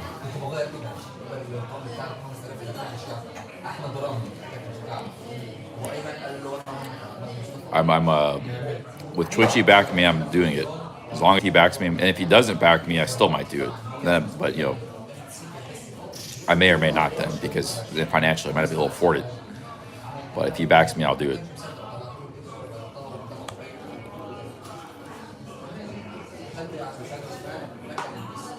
This is all dependent on him backing me. So like we've said that since day one, since he came up with that offer.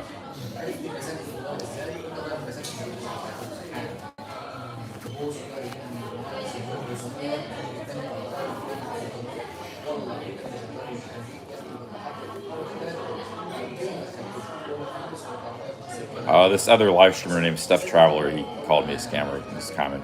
He said I'll change my mind 5 times and you're trying to get donations for the Appalachian Trail, which neither of those is true.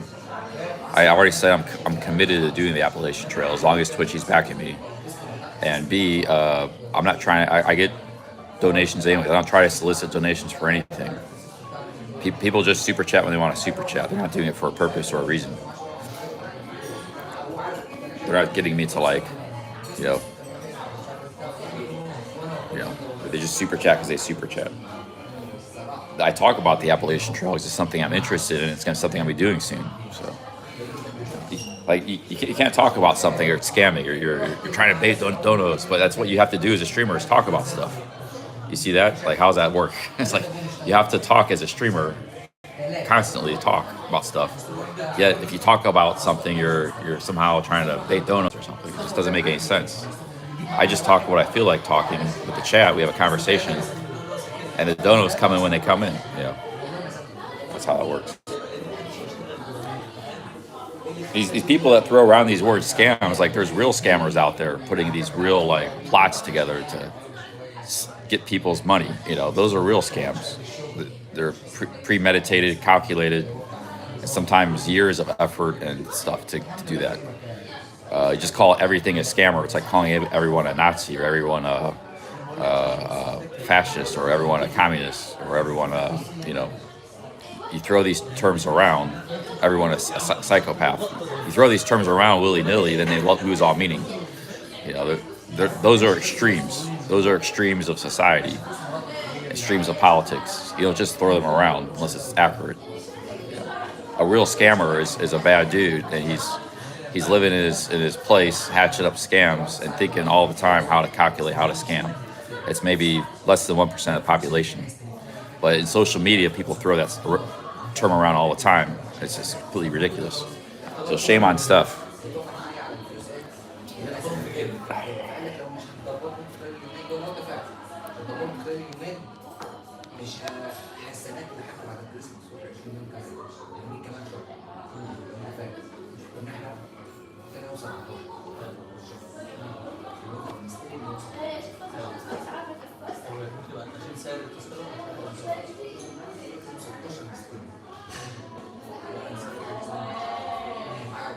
Yeah, the trail is 2,200 miles. Yeah, it's not going to be easy, man, but that's why I want to do it. It's a big challenge.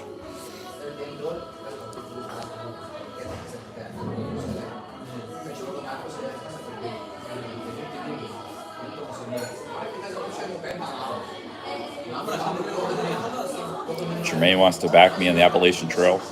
Well, I've had a few people that want to help back me. What I'd say is I'm going to be posting videos, and I'll put my PayPal, and then there's super thanks. So either or, if you want to just tip in $5, $50, whatever, you see I'm doing well, yeah, feel free to send me a tip, either super thanks or PayPal. I'll have that on my videos. I'll be putting up video almost every day. You guys follow the progress. So if you don't like the content or anything, you might not like it. You might prefer the live streams. But if you want to support the journey, I will have that. You can do that. Yeah, I'm on the trail. Well, I'm on the trail. I don't need super support before I do the trail. But if you want to support me while I'm on the trail, that's fine. Actually, in Twitch, he won't be paying me anyways until he's paying me per mile. So any money I make will be as I'm doing the trail. I won't make any money beforehand. But apparently, it's some sort of scam I'm running with stuff. I only make money if I do the trail, not beforehand.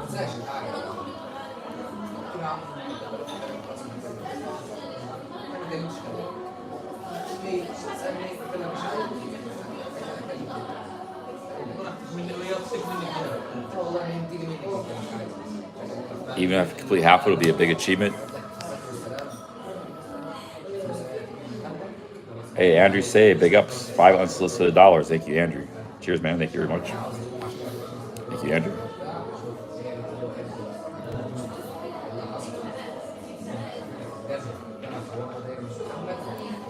Big ups, Andrew.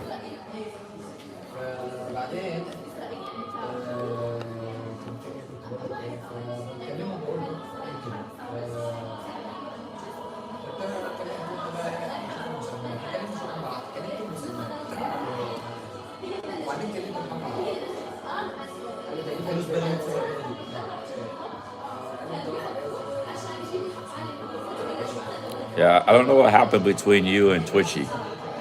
Obviously, it didn't work out, but I don't think Twitchy's a scammer. If he backs out of the deal, then he backs out of the deal. I don't think he will, though.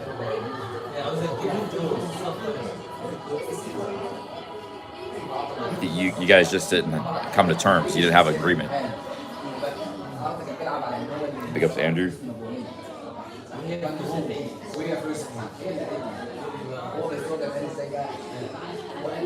Shako Mako means what's up in Iraq. That's cool. That's a cool word. Shako Mako. Where does she stream on? Twitch or Kick?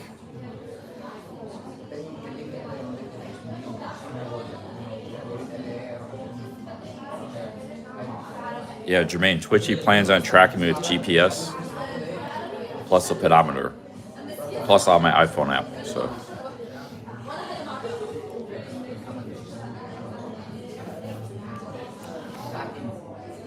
Shako Mako's on Kick. I've never seen her. She might not be listed on IP2. That's maybe why I haven't seen her, because I don't browse Kick or anything.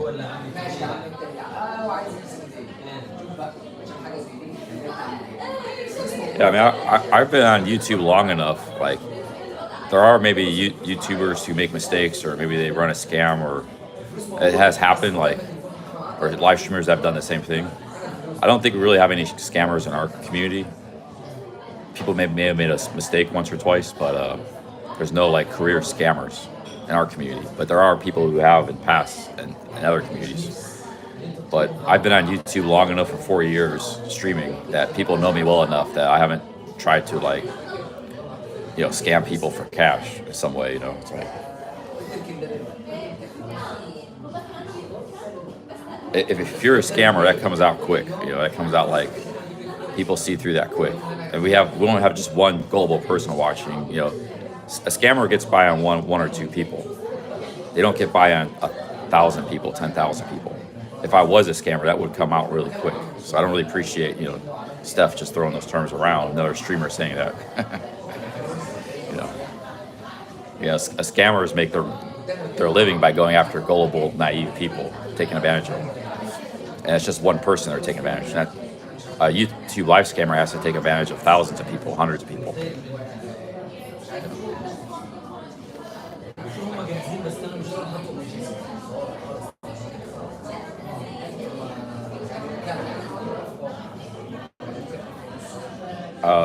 How is that a scam, Jermaine? If John had his bike stolen, he was just trying to raise money to get just to replace his bike. That's not a scam. Like, you don't have to support that, but he was just trying to raise some money. So again, you're just throwing the word around, Jermaine, like Steph is.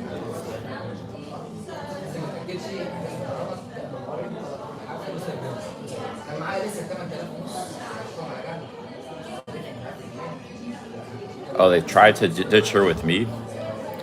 All right, yeah. Well, I mean, I'm not upset about it. I wasn't upset about it last night.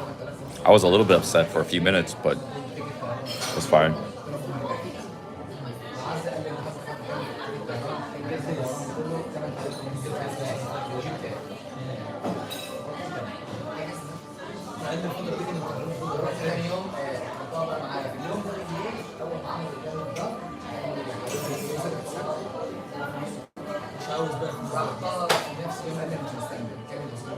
Okay, I don't know anything about that. I didn't see that. I don't follow a lot of streamers. There's a lot of streamers out there, I don't follow everything of every streamer.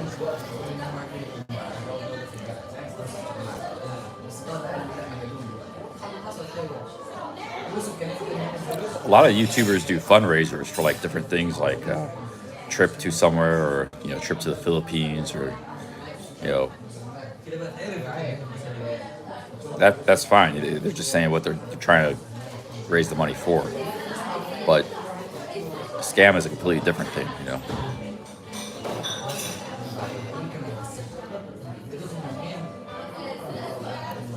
Yeah, I might keep growing my beard out. Do I read Neil Stevenson? The name sounds familiar. Well,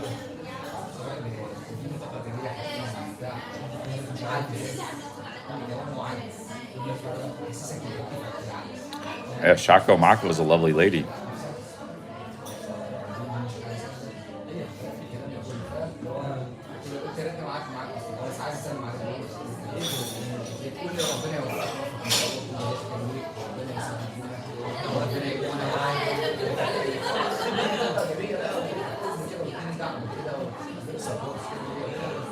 Yeah, Lewis, what you do, what a lot of people do, even very experienced hikers, they carry an emergency beacon with them. So I'll probably have to get that. It's expensive. It's like $300, but I might have to get an emergency beacon just for peace of mind. Like, worst case scenario happens, I can. See, I don't even really think you need an emergency beacon on the Appalachian Trail because there's so many people on it. It's not like the kind of Divide Trail, which you're middle of nowhere forever. Like, there's a lot of people on the Appalachian Trail. I can't really imagine a scenario where you couldn't get help. Like,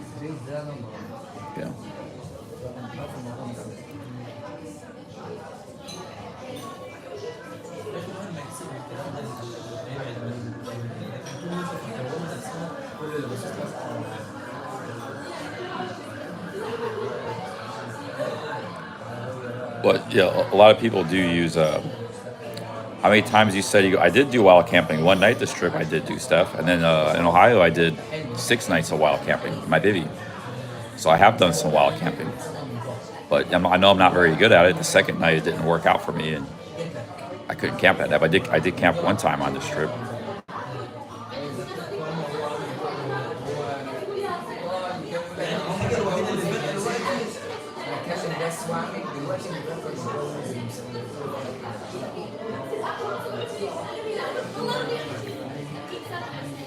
Yeah, one time in England, like 6 times in Ohio. Another time before that in Ohio, on a different stream. Like 8 times altogether, I slept in the bivvy overnight. In, not the greatest conditions.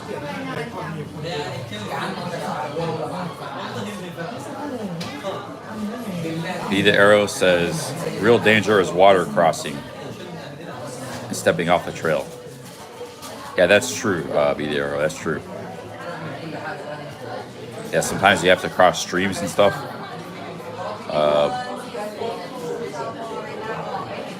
But there's 750 people that complete the trail every year. I could be one of them. So 3,000 people try, 750 completed the Appalachian Trail.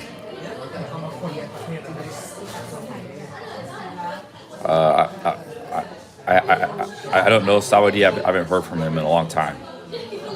Not in a couple of years or something.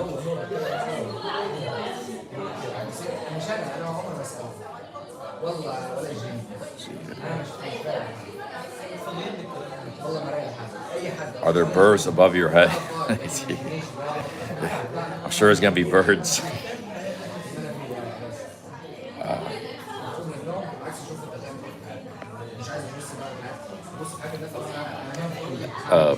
Miguel, I won't be too worried about the wildlife with the tent. I have a nice tent. I told you guys this many times. It's not like a real ultralight tent, real fancy ultralight, but it's a good solid tent. And I won't be scared of wildlife in that thing. I was just scared in the bivvy because you're laying very vulnerable on the ground with no protection. Tent, you have some protection and closure. So it's more of a bivvy thing.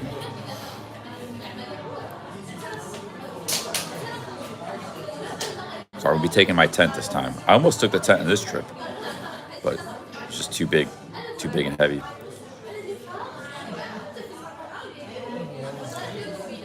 Hey, big ups, Mark Hanley. Thank you for the 5 pounds. Big ups, Mark. Here's Mark. Let's go walk around a little bit and get some dinner after that. Coffee was pretty good. Cheesecake. Let's see here.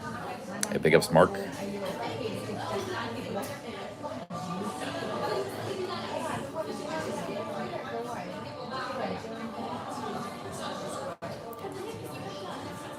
Be the Arrow says it only takes, Be the Arrow, I used to go 6 times in my life. I went 4-day trips in the Appalachians on rivers.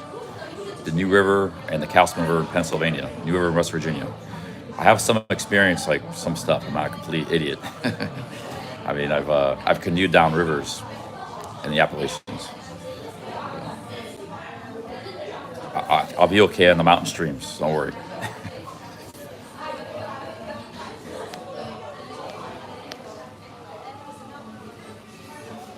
Hey, big ups, Mark. Thanks for the 5 pounds.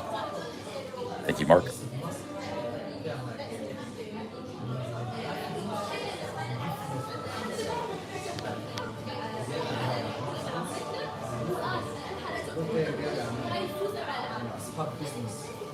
Take Shako Bako to America. Yeah, she seemed like a nice lady. I actually looked back at the replay and she was like, "Nice to meet you." She was very polite. I don't know why they didn't like her, why they were giving her such a hard time.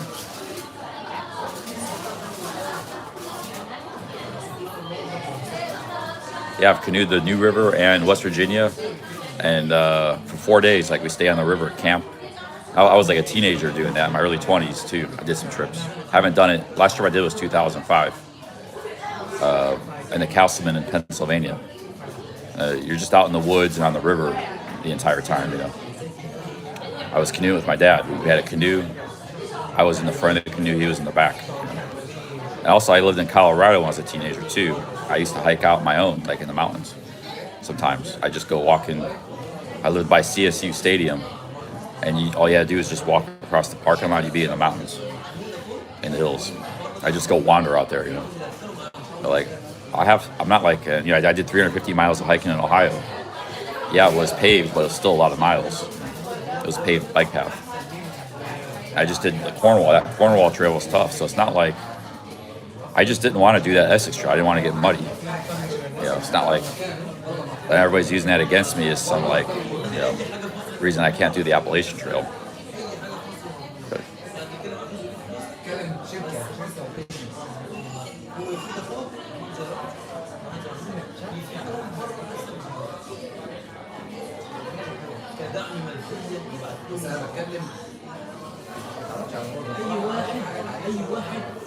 Dan says you can make a pretty epic video series on the YouTube. That's what I'm going to try to do. I'm going to try to blog every day, like IBTAT style, Subcam style, but just edit on my phone. Simple vlogs, nothing real fancy. See how it does.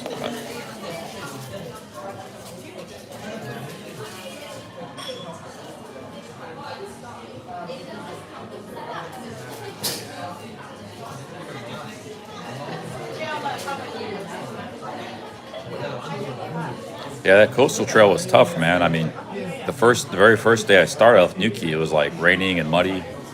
I was walking in the mud. You can go back to that stream. I don't have a problem with mud. I just did that day. I didn't want to get muddy in Essex, but I was walking in the mud in the rain. It was cold, windy, raining.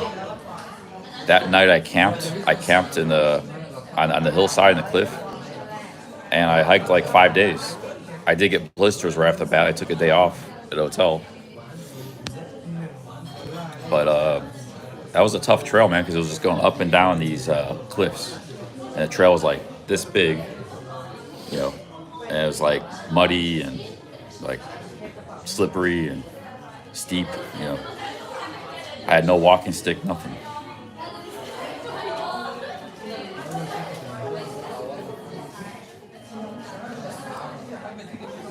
I'm a degenerate gambler. I want to wager on it. Ulster Scott.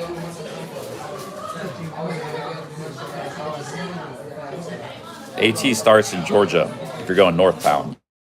You can go southbound. That's starting in Maine. But southbound's a lot harder. And most people start northbound in Georgia. Like 90%, 85% start northbound.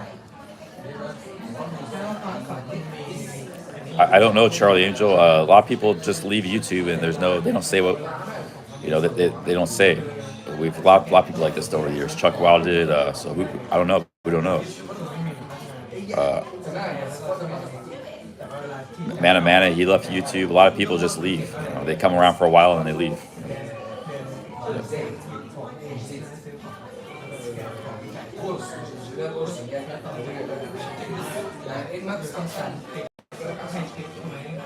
For most people, social media and YouTube, it's like a temporary kind of thing. For some guys like me, it's kind of like a livelihood. It's a lifelong thing. But if I wasn't doing like real well with this, I would probably just be like, I would probably be gone too, or I'd just be an occasional hobby kind of thing, But I'm kind of fortunate that I have done pretty well with this. Like the people that stick around, or like the people that are like, they're doing well. Like they're not getting rich, but it's worth their while, so to speak. It's worth their while to stick around. So, a lot of people they do it for a while and they get bored of it or something and they leave.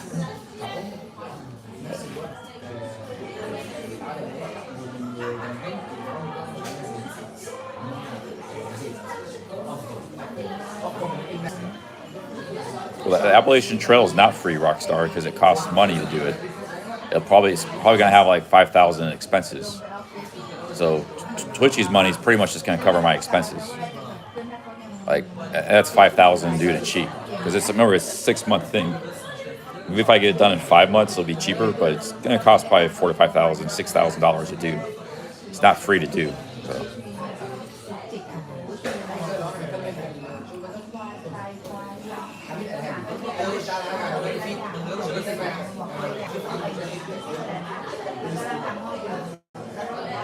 I still kind of got a headache. Let's go get some food.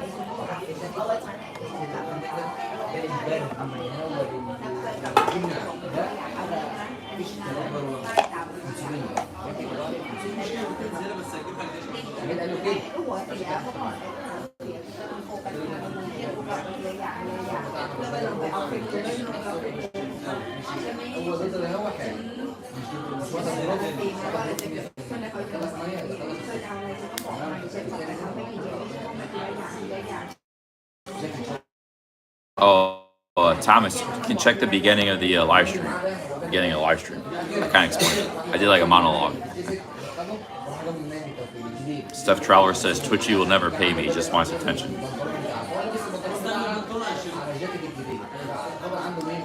I see the situation differently, Steph. That's your opinion. We'll see what happens.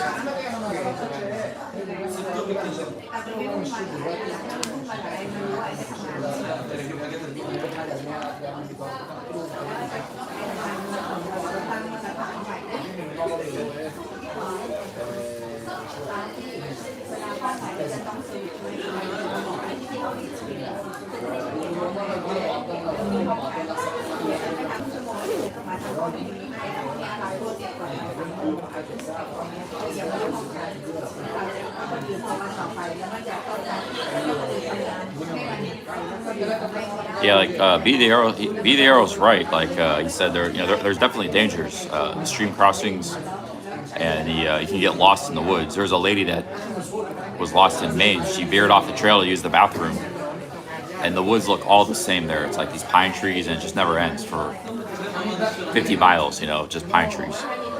And somehow she got turned around and lost out there, and she was never able to find the trail, and she died. She died out, just lost in the woods. So there's definitely dangers. I'll have a compass, I have a pretty good sense of direction. I have a phone, GPS. So that's that danger. As far as river crossings, stream crossings, I might need to get a walking stick. So I might need to take one walking stick, but for that. But walking stick, you can just grab a stick from the ground too. Like you don't have to buy a. People did that for centuries. I've actually hiked myself just with a stick from the ground. You don't have to buy a fancy $200 piece of plastic walking stick.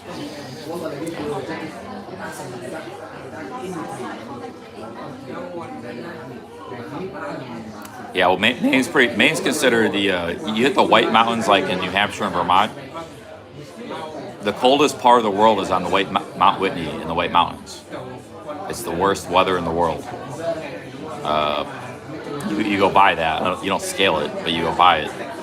And then Maine too is also pretty rough. There's like 100-mile stretch of Maine with nothing, no roads, no stores, nothing. 100 miles.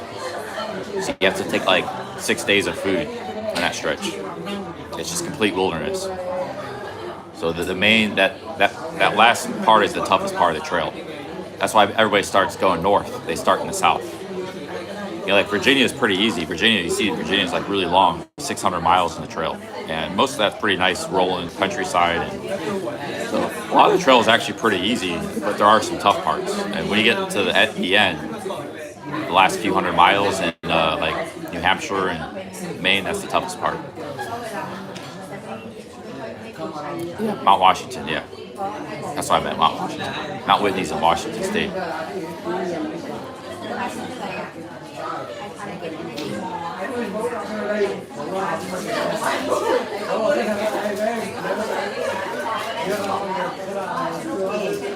Well, what I'm doing right now is it's good, but Appalachian Trail is 4 months away, so to keep those gains, you have to keep doing more stuff. Yeah, start in Georgia. All right, guys, you guys seem interested. Like all the questions, like, I mean, I'm glad you guys are interested in this whole thing. That's what kind of why I'm doing it. You guys like adventure and hikes and camping. Even if you're not hiking and camping yourself, you like the content. Like, I was amazed that the Ohio trip was successful. That was my best ever super chats. Most I ever made in a month in super chats. And like, we had the great views. That was just me walking across Ohio. So yeah, you guys seem to have a lot of interest in this topic. So, you know, if this goes well, I might turn into a hiking camping blogger. But I have an opportunity there, you know. I start with the Appalachian Trail. I did 24 and a half miles walking yesterday. That's no joke, man. That's some serious mileage. I had to do that all day.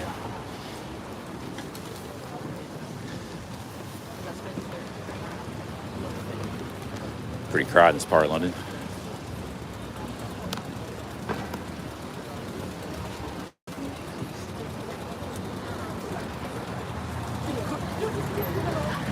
Yeah, you guys liked Cornwall when I was hiking in Cornwall, so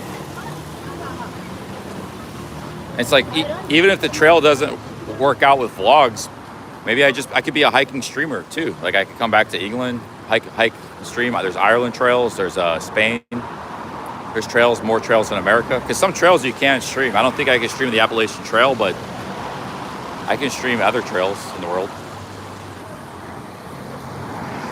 So this is a great thing for me, man. That's why, because I don't have to hang out in bars and get drunk and stuff to make a living. I can, you know, it's like I can live a healthy, nice life, exercise and walking and living outdoors in the nature, fresh air.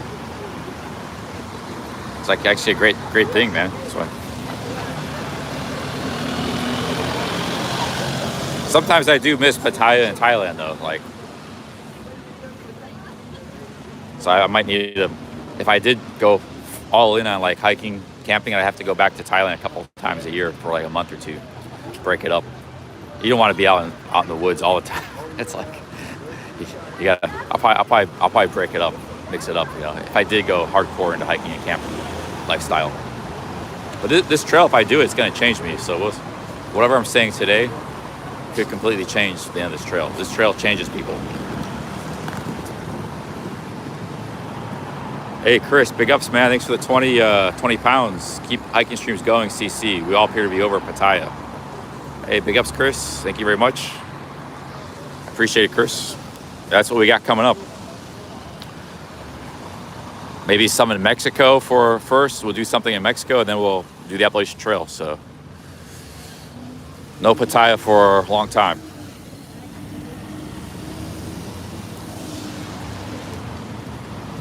Thank you, Chris. Big ups, man.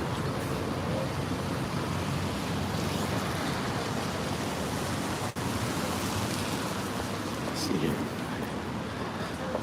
I haven't been up this way. Let's see what's up here. Thank you, Chris. Very nice super chat.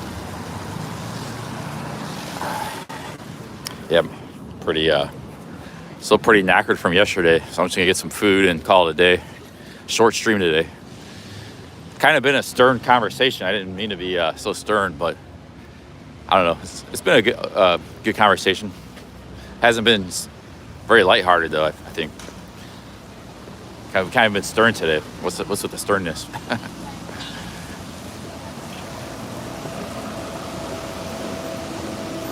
Some days I'm like that. Every day there's different moods. Every day you're different.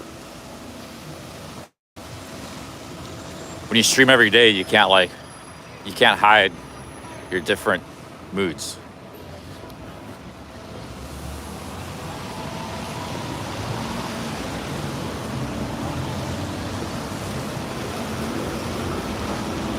Let's go get some food, and there's this place, North Star.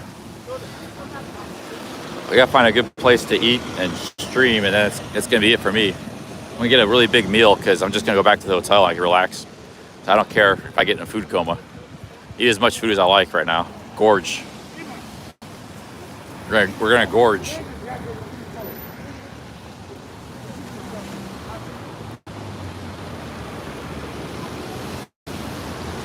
This isn't quite the culinary capital of London, but there's some stuff around here. I wouldn't mind going to Nando's. They do have a Nando's too. We'll see what this place has first.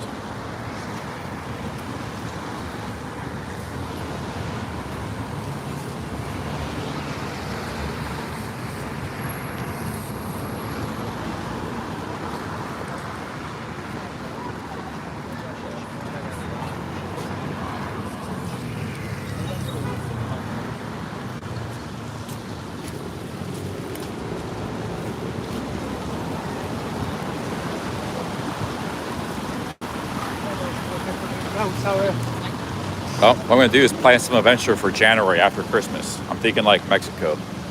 I have a few ideas in mind, but I need to find some sort of trail or something. If there's no trail, I might just like do random like hiking, just like go to like a town and just hike around the hills and stuff, and hike back to the town. You can actually do some of that. But, let's see what we have for food here.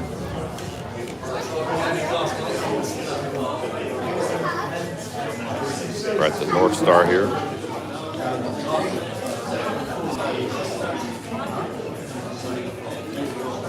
The North Star burger, 19 pounds.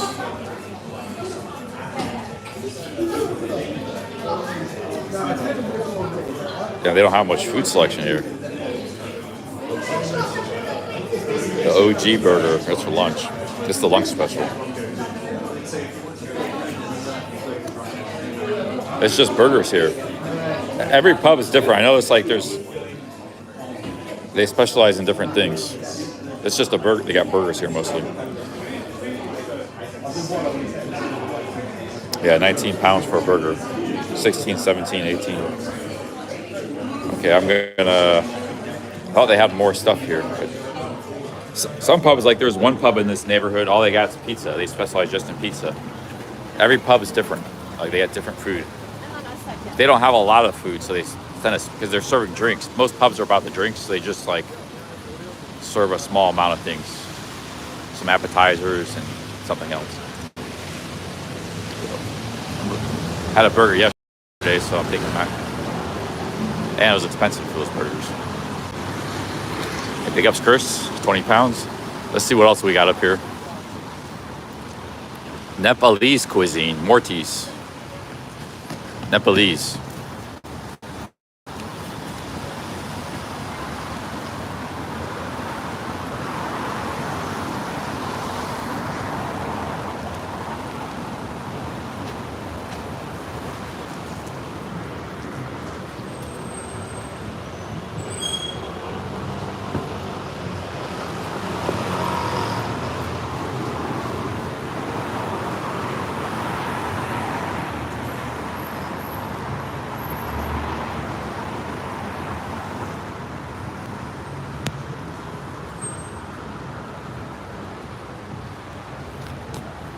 Yeah, 15 to 20 pounds is the average price for a burger, and I've noticed.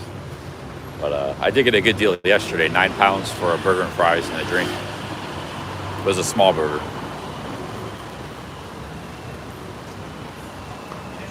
Nepalese cuisine. What is Nepalese cuisine?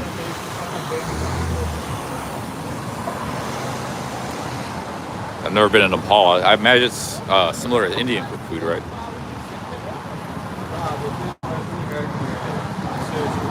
Maybe we'll go to a Persian restaurant for the hell of it. There's like 3 Persian restaurants right next to each other up here. If you're gonna be spending that kind of money, might as well get some quality food instead of a burger.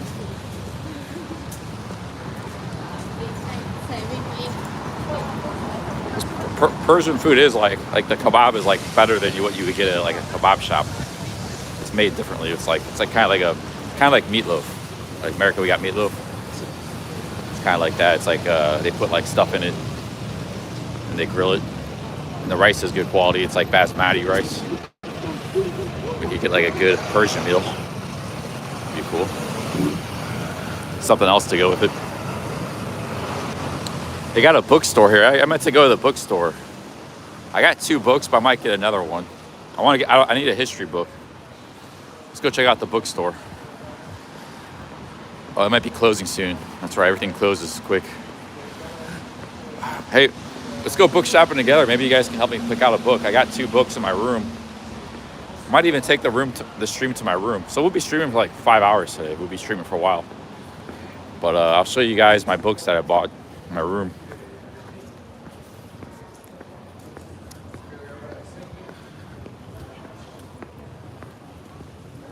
There's like a little mall up here. It's a real small mall. I think this is it.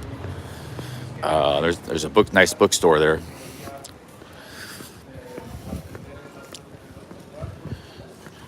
A lot of competition in coffee.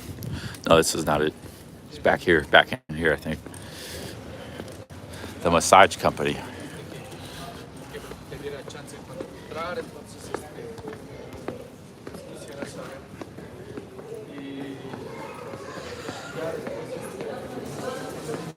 Shako Mako, that's what's up. It sounds like African or something. Shako Mako.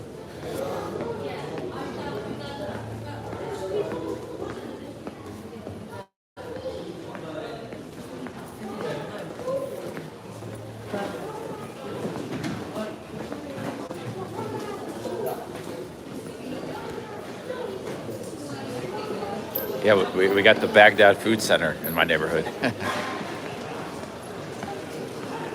We met that the guy that cut my hair was Iraqi. He was Kurdish Iraqi. Must be a lot of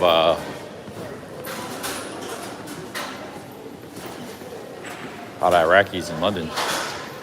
We don't have that many in America. I don't think I've ever met an Iraqi in America.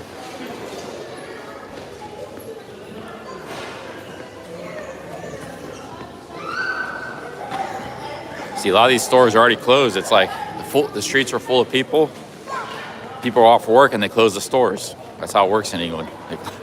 Right when the streets are busiest, they close. Foot Locker's closed. My bookstore might be closed. It's right up here.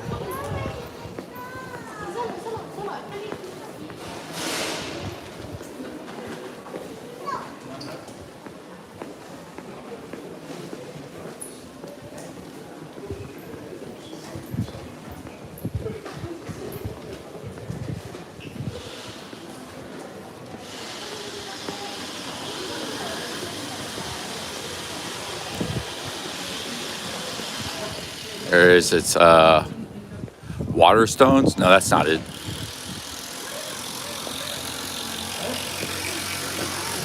Yeah, I think Waterstones is the bookshop. There we go. You guys can help me pick out a history book. They're still open. So.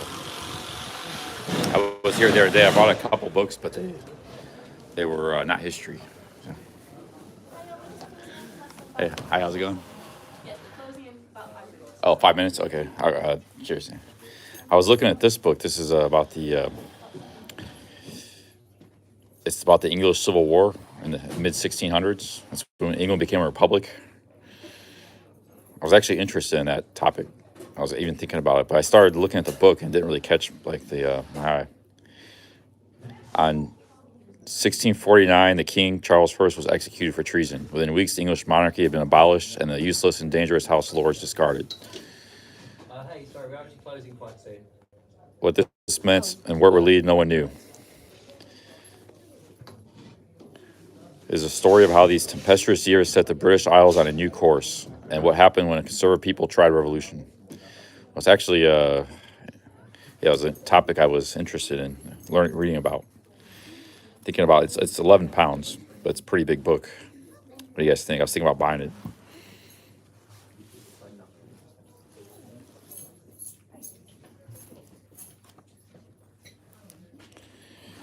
I think I'm going to buy it. All right, I'm going to get it. Hey, sorry, we're actually closing quite shortly.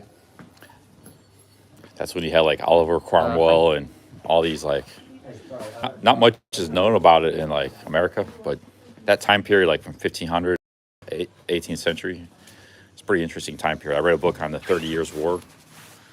That was mostly in Germany before. This was right during the same time period.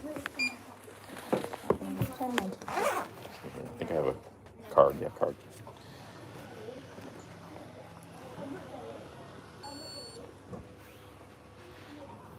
Would you like a receipt? No receipt. Cheers. Thank you guys. Have a good one. Actually, I would take a bag though for this because we're walking.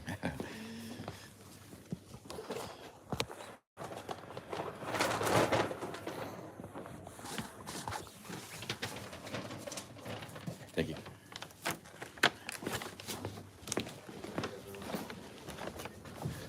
Cheers. Thank you.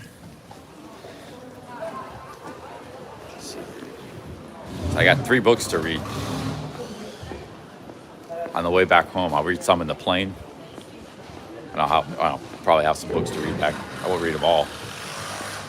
Read them back in America too.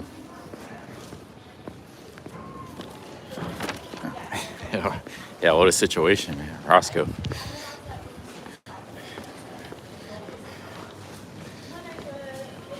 No, I was looking at this book the other day. This was actually before I ever stepped foot in that bookshop. I was interested in that topic. The English Civil War happened in 1650s, like 10 years. There was a lot of crazy stuff happening. Like there was a republic, and they were running the country, but you know the royalists and the monarchy, they never went away, and they were fighting back and forth, and it was just a crazy time in England, and I'd like to read about that. The English Civil War.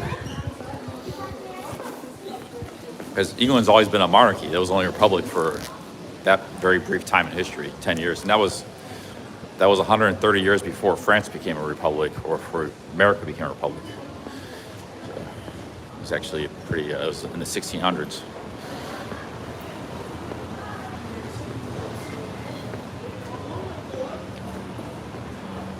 But, you know, the Republicans actually lost. They ended up losing because it became a monarchy again. But it didn't look that way. Like the Republicans, like, were really strong, and they were really, didn't look like they could lose. Oliver Cromwell, they had a really strong military. I don't even know how. I don't know much about it. I don't even know how the king took hold of the country again, but they did end up prevailing, the monarchy. That's why I got that book. But so I was already interested. Then I saw that book, like right off the bat. I was like, wow, they got that book right up front about it. They have a whole history section downstairs. There's like 2 giant rows of just English history, and then other countries too. You go downstairs, there's a lot of nonfiction. It's a good bookshop. But yeah, that book, I was already interested in that topic.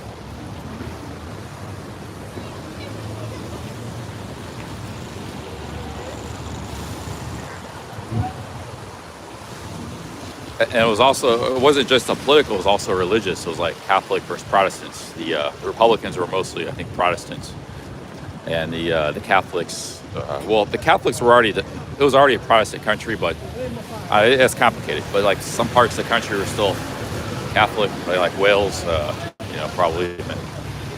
I don't know. I don't know much about it. I don't know much about English history, period. But that'd be a good book to read. I do think religion was also a part of it, because like the 30 Years' War was going on. Like Germany was like half Protestant, half Catholic, and that was like a kind of a big war waging in Europe for 30 years, 1618 to 1648. So I think that was part of it too, the religion aspect of it. But I could be wrong about that.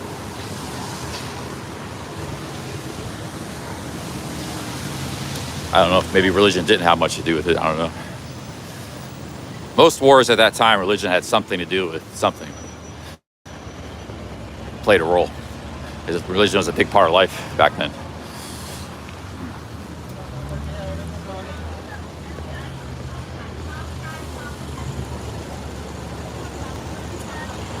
Do I know Oliver Twist? That's a Charles Dickens book, right?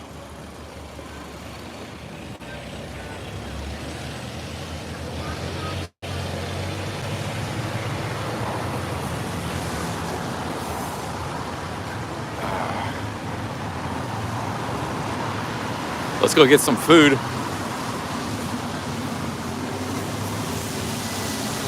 And I caught that bookshop just in time. They were closing.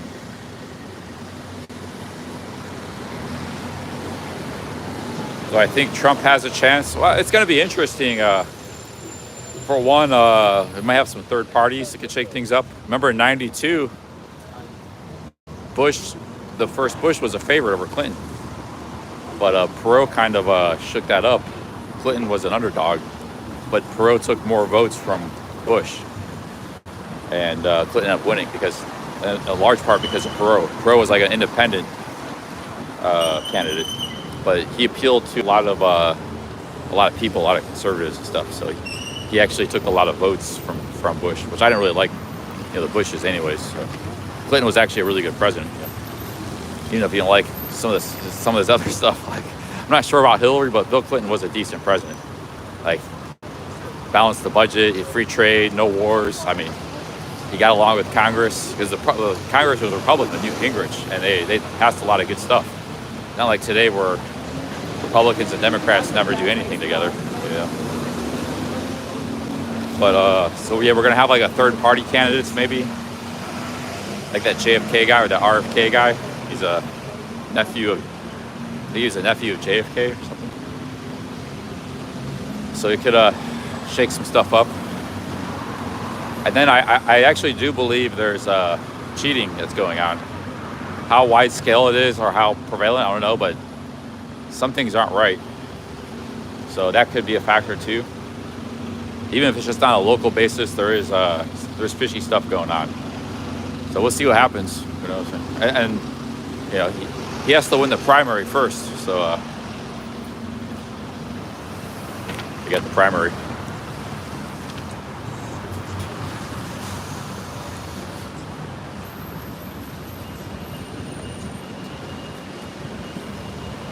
There's a Persian restaurant. Persian restaurant. Here, let's see what we got.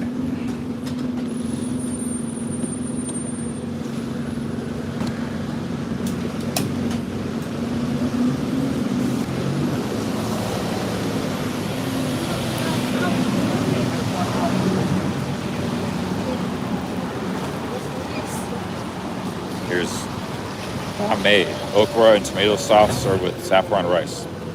Heavenly stew, leek, red, green peppers, carrot, potato, tomato, stewed pumpkin. That looks pretty good. Vegetable stews. And then you got regular stews, meat stews. So that's pretty much what Persian cuisine is, stews, and then you get the kebab or rice with like vegetables, grilled vegetables and stuff. You got some sides, one of the two. Salad. This place looks pretty good.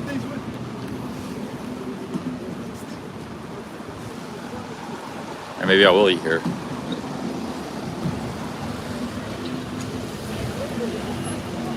Yeah, well, everything is like 15 plus pounds. Like, this is my only meal of the day. So I got it. What would you suggest I eat? I mean, if I go like Five Guys if you just go to Five Guys Burgers, that's 15 pounds. Yeah, what would you get a decent meal in for less than 15 pounds? There's not many options here on the streets.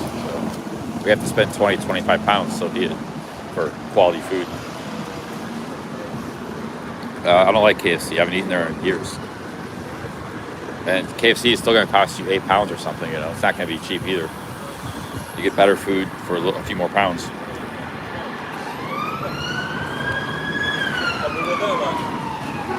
Let's see, which one do I want here? Lamb pieces cooked with split cheese.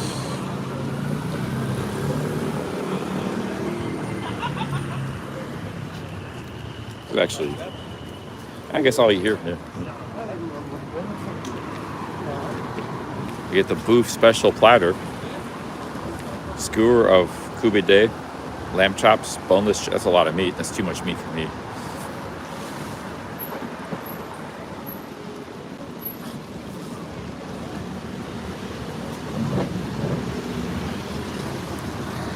I think I should do the Boof platter.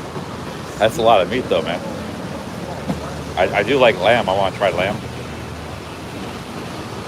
Should I get the Boof platter? We go in here. It's gonna be a lot of food. 30 pounds. Skewer of kubide. That's like a kebab. Lamb chops, boneless chicken, served with rice, salad, grilled tomato, and selection of sauces. Should I do the Boof challenge?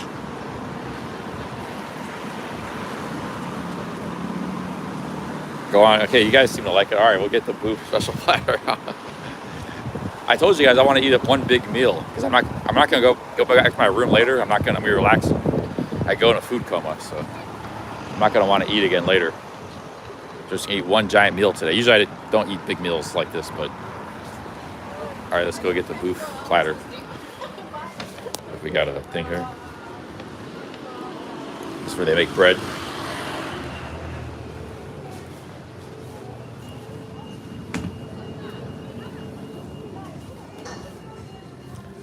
Nice place. Hello. Just one person. Or okay, so yeah, say here. They want me to get the Boof special platter. Okay, yeah, sure. Yeah. Okay.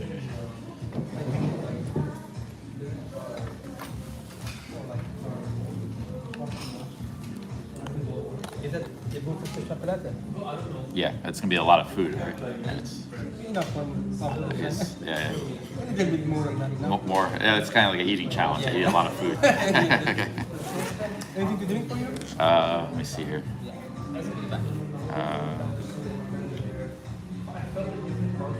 Do you have any like soda water? Yeah, sure. Yeah, I'll take soda water. Thank you. Cheers.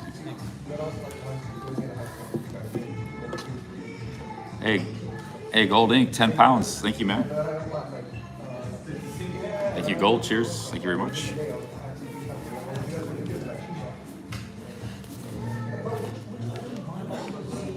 I've been seeing these Persian restaurants. I wanted to stop in one before I left because we don't have too many Persian restaurants in America. I don't know if I've ever seen one. There's been a lot here in London, though. So I wanted to stop in one. And I want a nice meal, so. I haven't really been eating like expensive meals in London, you know, like splurging on nice meals. I just spend a lot on food because it's just generally expensive, but even for like coffee and a pastry. Cheers. Hey, Russ, 3 Aussies, thank you, man. Boof, yeah, I'm getting a Boof special. Yeah. Must be the name of this restaurant. Yeah, the restaurant's called Boof. Boof Restaurant.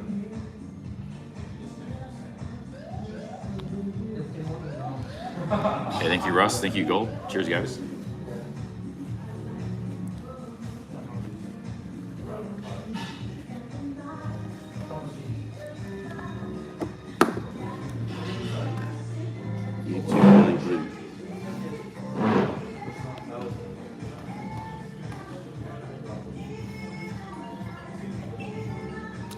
Yeah, I could have took Shaco Mako here.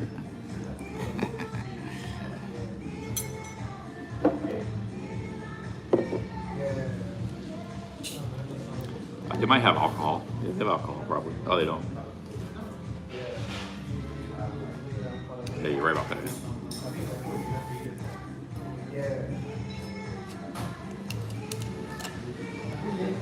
A lot of money in alcohol. Sometimes restaurants make the bulk of their profits from alcohol.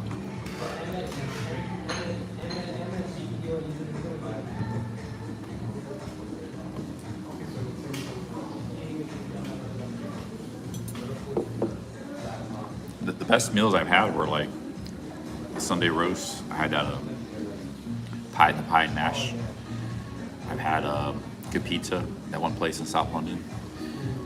That steak kidney pie was really good. Some pub I had, random pub. But I've had some good food, but I just haven't eaten in any fancy restaurants or anything. This is probably the fanciest. Man, I got this book. I'm psyched. I'm actually like getting back into reading, man. It's a nice break from just like YouTube and social media and stuff.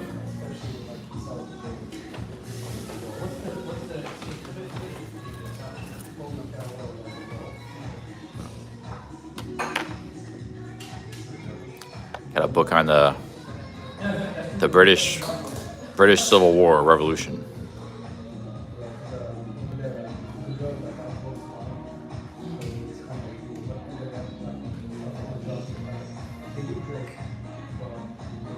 Sunday Times History Book of the Year 2022. Conjures up the nuance and panache of the single most fascinating decade in the history of Britain and Ireland, revealing it to be at once weirdly ancient and strangely modern.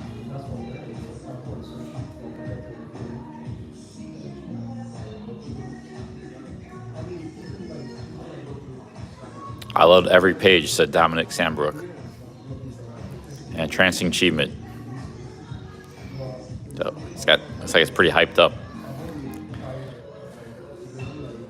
I do that. I read lots of history books. That's why I'm always talking about history a lot. So, some pictures here.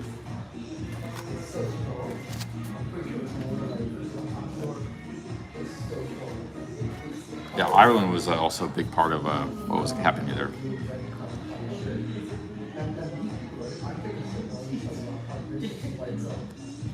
So it's also a history of Ireland at that time. There's revolution and counter-revolution. So there's a counter-revolution. A counter-revolution.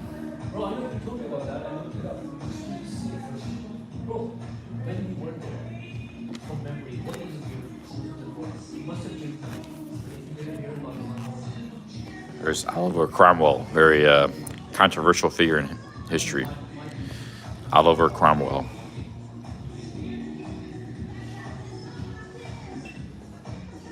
He was the like the leader of the Republic, I believe, for a time. First, he was a military man, but I think he became the leader of the Republic at some point. He was like an English Napoleon, but he was a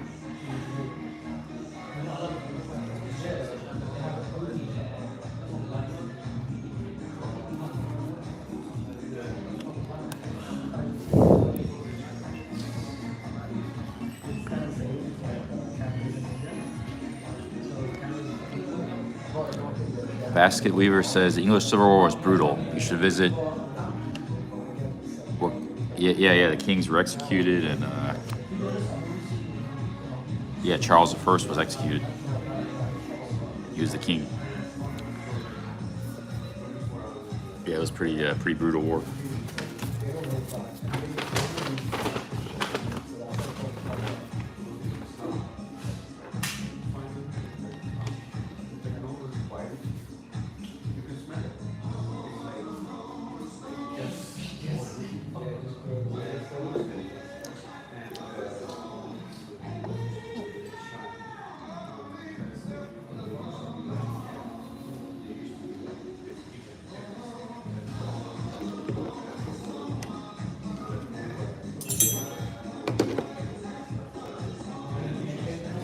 Yeah, my hair is kind of, I had a haircut. I had a shave and a haircut. It was looking pretty good, but it's grown shaggy and stuff. Like, if you want to have a nice beard, you got to maintain it. But yeah, I get it done every week. Vincent says it was after the Civil War when Cromwell took 100,000 men, women, and children from Ireland and enslaved them. They worked on cotton plantations alongside black slaves. I never heard of that. I do know he's like hated in Ireland, and there was a lot of abuse of the Irish and violence. I think the Irish were mostly on the royalist side. I don't know. I don't want to speak because I don't know much about it. But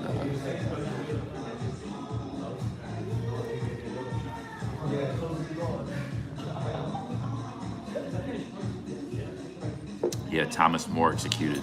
I heard that name before. Who's Thomas More? Well, anyways, yeah, it should be a good book. Hopefully it's impartial. Because there's actually some British that like Cromwell, you know. But so depending on and there's also like if it's a really like pro, you know, British type, it might not be the partial like Vincent's saying. I think it's generally well known that, you know, Cromwell was pretty.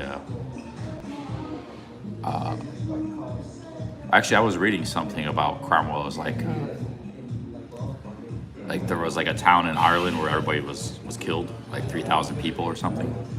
It was like a siege. I don't know the exact, but like Cromwell was blamed for it. But it was like I don't know. It's complicated. But yeah, well, remember Cromwell was not the victor. They were the Republicans. Republicans lost, and then England became a monarchy. Had Cromwell been the victor, our UK would be a republic today. But they were the losers of that Civil War. They won it for a time, and they took control of the country, but they ended up losing it.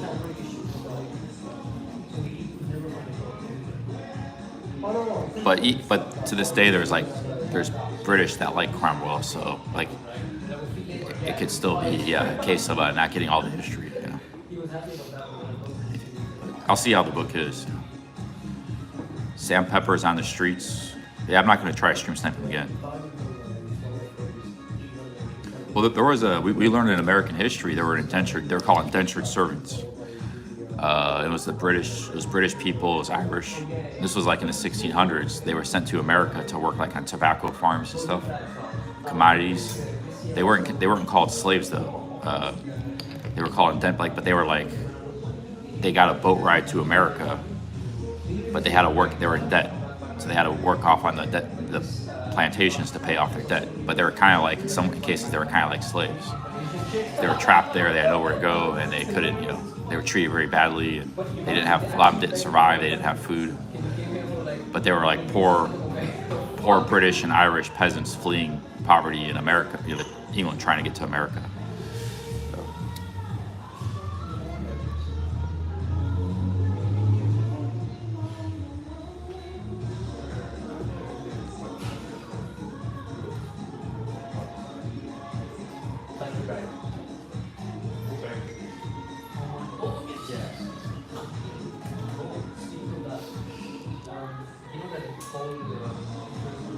Thomas, I've never heard of Thomas Cromwell. I know Oliver Cromwell, yeah. When do I head to Ireland? Soon, but I'm not gonna be streaming there. I'm just gonna be catching a flight back home. I'll have to come back for another trip for Ireland. Hopefully they keep that flight route. I could go anytime. Cheap deal. Aer Lingus. Hell, I can even do a trip back. Well, what's the weather like in March? I just had an idea. I could come to I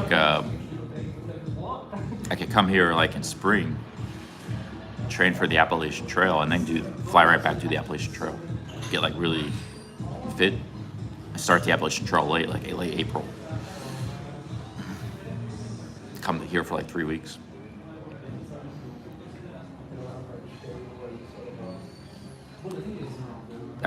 I got no energy, man. I'm just gonna have a big meal and relax. I got the booth special coming. So, 30 pounds, all kinds of food. So we're gonna relax, eat a big meal, and I walked 24 miles yesterday. Sam's not interested in me in any way, so I had energy to hang out yesterday, do stuff, but not today. I could just tell the look on Sam's face, he wasn't interested in me. My mic showed up. So.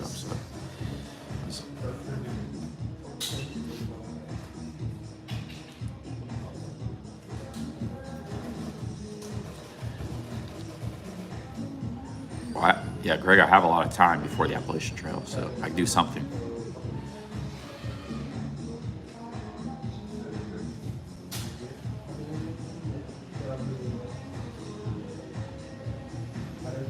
Well, no, there were indentured servants, and it was considered very close to slavery. A lot of them were in the 1600s and 1700s America. We learn about this in school in America history.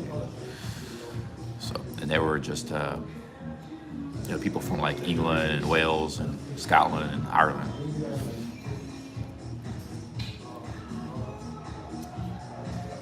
So if you guys never heard of that, we've heard about that in America.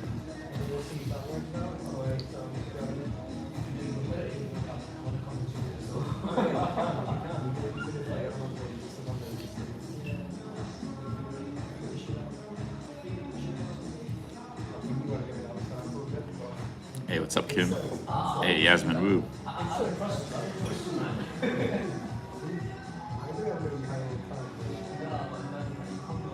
But it wasn't just the Irish, it was people from Britain too. It was people from England and Wales and Scotland.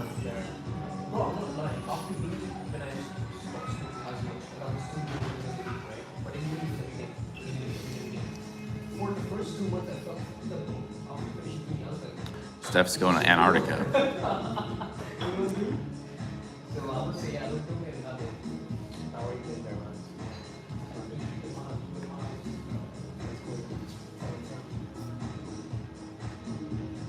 Charlie Angel, yeah, thank you, man. 24 miles yesterday. That was...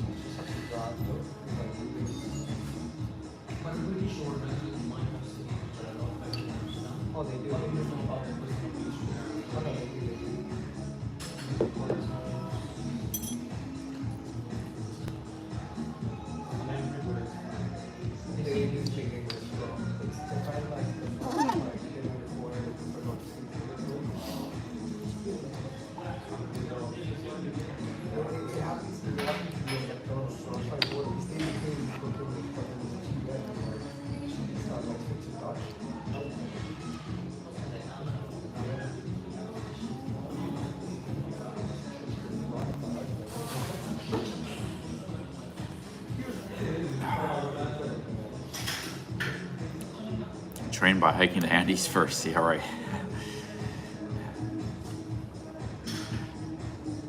I could go to Mexico and train. I mean, live stream. We'll do a nice live stream trip. Do some training this winter.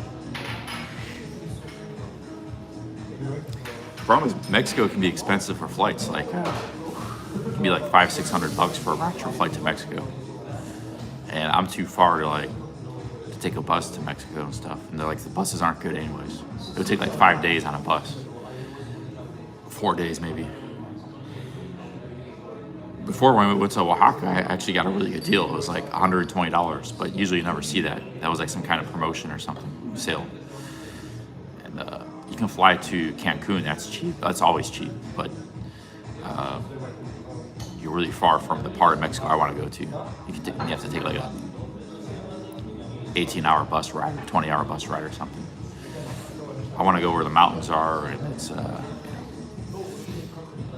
where nice little beautiful towns are in central Mexico.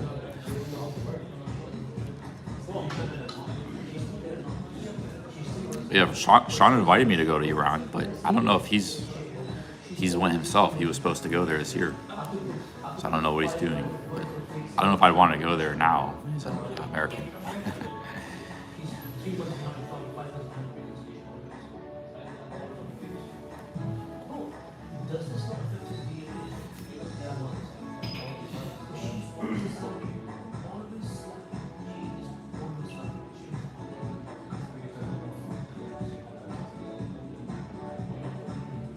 Get a flight. No, we have some holidays coming to America. We have Thanksgiving. I like to see some family members and stuff. So that's another reason I want to get back to America. You got the holidays coming up. America, it's you got, they call it the holiday, the season. So you got like Thanksgiving, end of November. Then you got Christmas, and then you got New Year's. I don't really care about New Year's, but Christmas and Thanksgiving are important.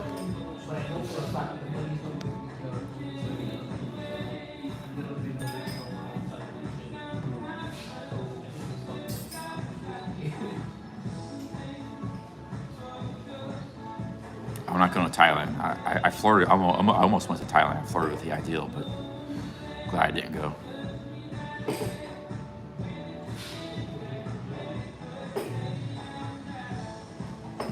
It's not necessary gold. Yeah.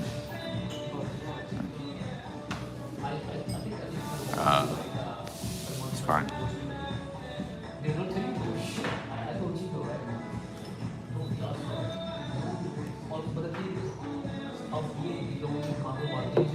No need for that hostility. I deleted any bad comments about Sandpepper. It's like, that's not what it was about. I said, come in peace. I just let a bunch of people hate and troll on him in my comments, and it's not coming in peace. I stand by that.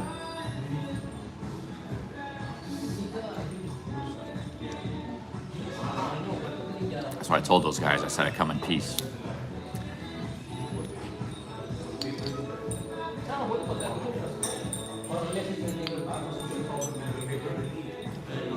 Oh, wow. Holy cow, this is amazing. Yeah, Look at this, guys. The You will blue love fighter. it, trust me. Holy, they're gonna be impressed. Look at this. You got the rice, lamb chops, chicken, kebab, tomato, salad, Just the and salad sauce and homemade tomato sauce. tomato sauce. And what kind of sauce is this? Salad sauce. Salad sauce. Looks awesome. Thank you so much. Check it out, guys. Really nice. We got the booth special. The booth special.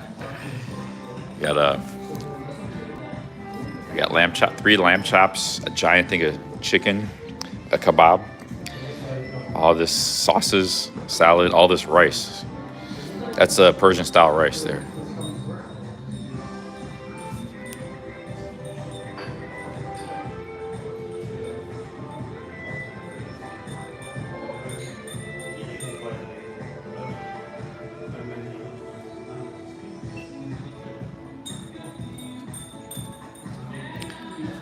Cheers, guys. See, it's food's part of the content, like of the channel. If I just ate a burger, it'd be boring. This is like, this is something interesting, yeah. It's the booth special.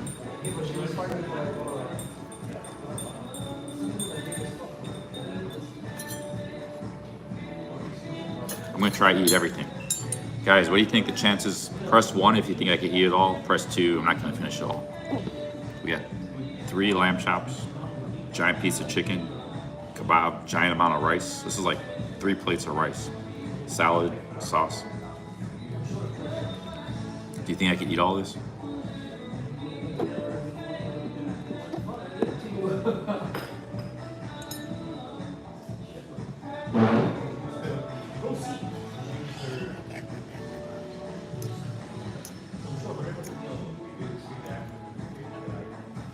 Wow, look at that rice. It's just kind of like.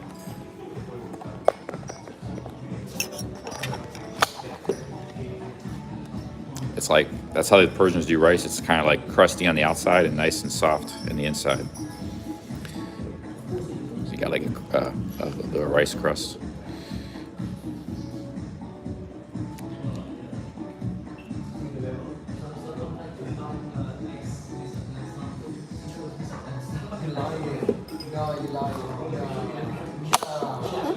Let me try these sauces here. Oh, that's good. That's good sauce.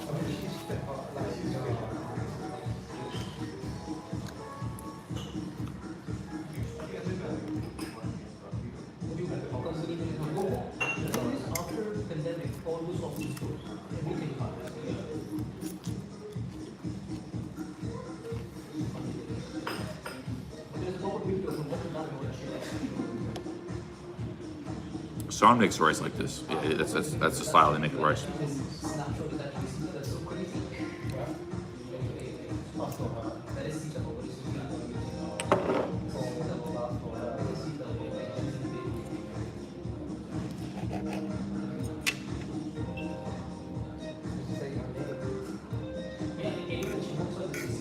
Wow.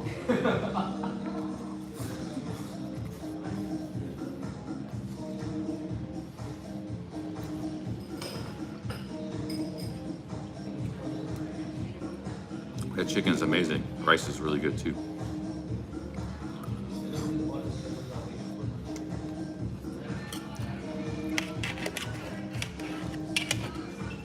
Here's the kebab. Dip in some sauce here. Wow, that's good. Good place here. Really good food.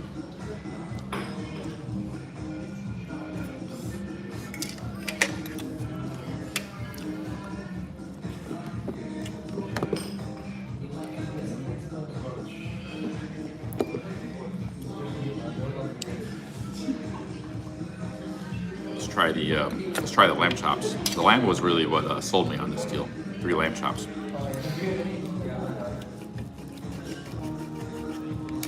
I can rebuild my muscles I broke down yesterday. Got lamb chop here.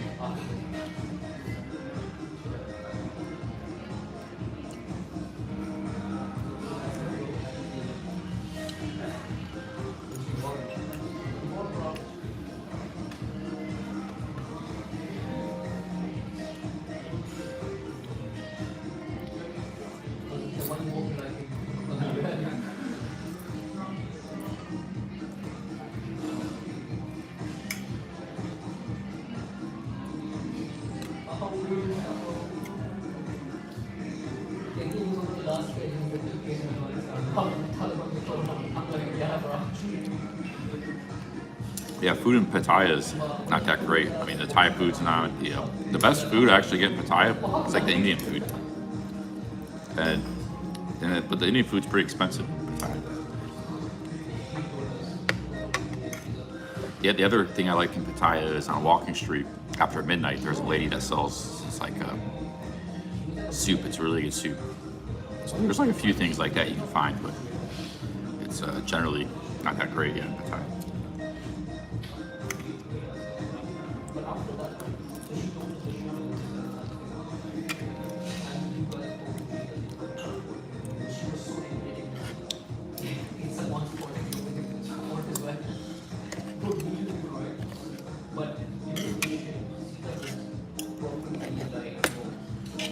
chicken's done perfectly. Really good chicken.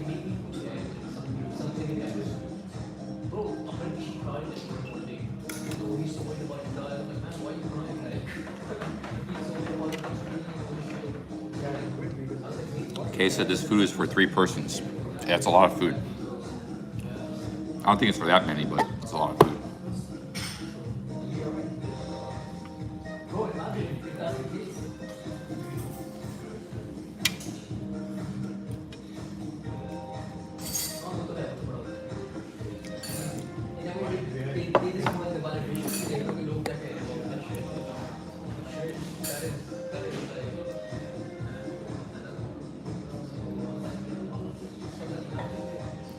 Yeah, definitely a lot of protein in this dish. But you know, your body can only process so much protein every 4 hours. That's why you'll see some bodybuilders, they even wake up in the middle of the night and like drink a shake or something. Because it can only handle so much protein at one time.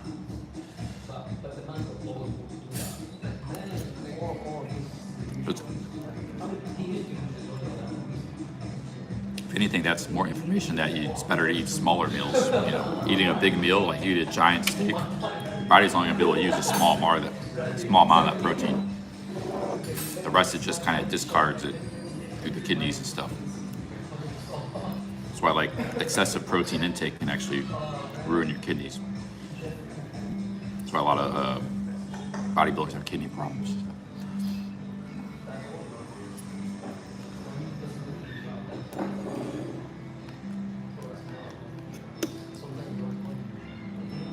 If they're eating once a day, they're probably cutting. See, there's like bulking phase and cutting.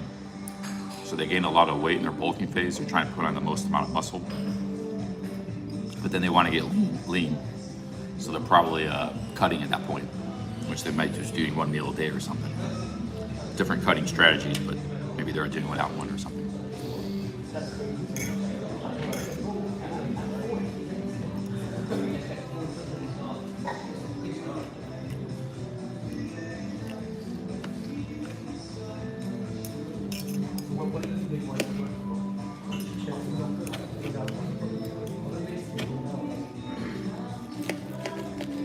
Wish I remember the name of that eggplant dish Sean made. I would look for that here, but I don't remember the name of it. I could have emailed him or something. I didn't think of it. 'Cause that was good. That'd be worth like trying in a restaurant. That dish takes like hours to make. It takes a long time. So a lot of restaurants might not serve it.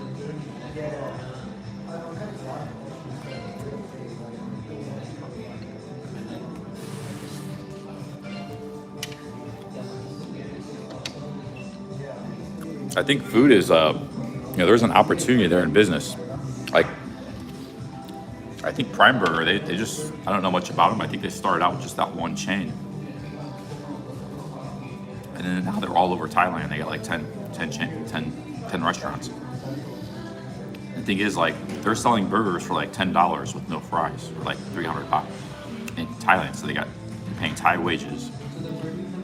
Yeah, rent's a little expensive on Soi Buakhao, but it'd be expensive here too. And they get constant flow of customers. It's a super busy area of,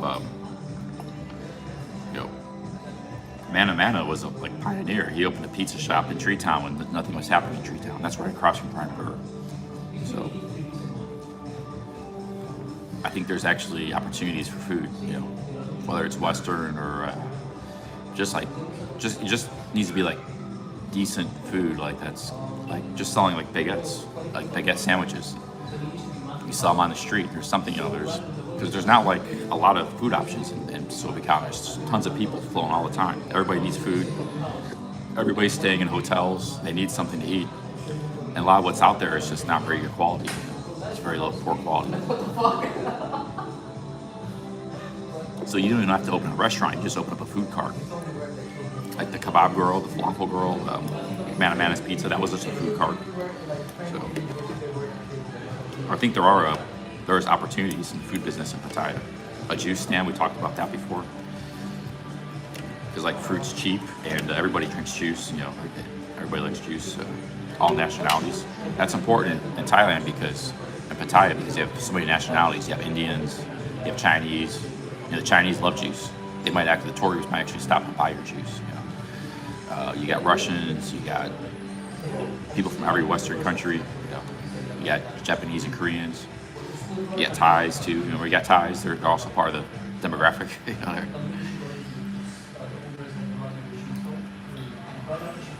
Juice is one of the few things that appeals to everybody. Like a baguette place might not appeal to Thais. They don't eat sandwiches. And Chinese.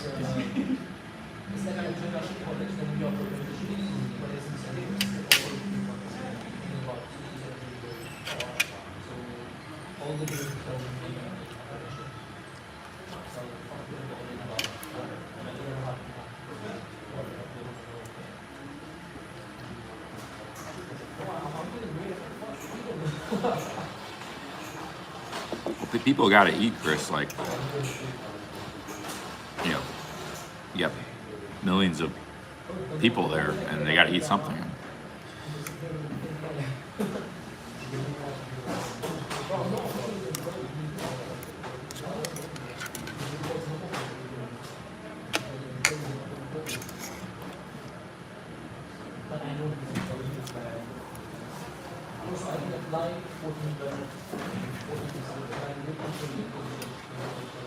I'll tell you what, on Soy Bukkao, because I've been going to Soy Bukkao for years. There used to be a couple of decent Thai restaurants,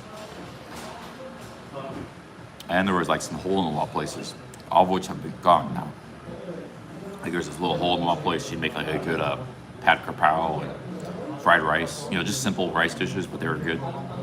But they got priced out of the. So there's actually very little Thai food in Soy Bukkao. It's all just foreign stuff. Low quality, high price,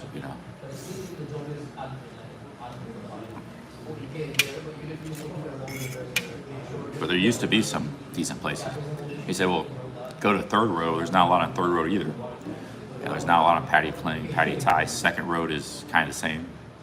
Beach Road's too expensive. It's all chains. So there's really nowhere to eat like Thai food. You have to go like in Pratanakil or something, try to find Thai food, or Jam Tien or Dark Side. Even then, it's like kind of sketchy.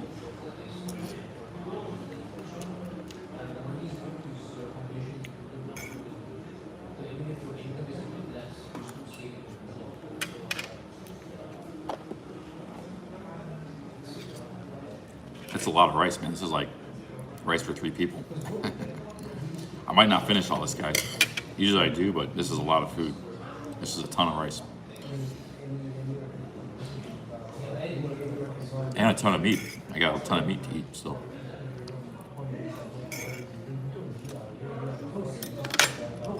This is like for 2 people.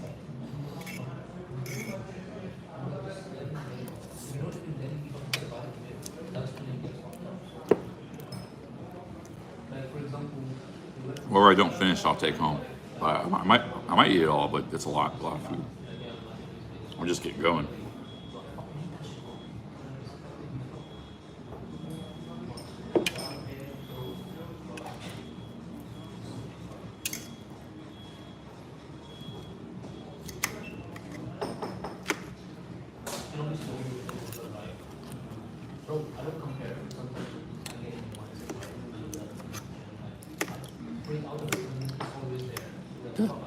Dark Knight says he'd hate to live cheap in Thailand. Yeah, you hear that comment a lot, but I don't know why people say that. Living cheap in Thailand is nice lifestyle.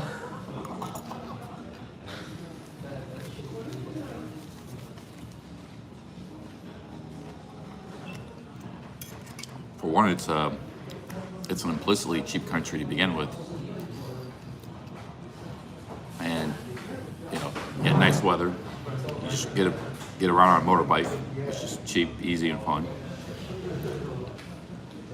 Live in a small, cheap room, and it's a nice life.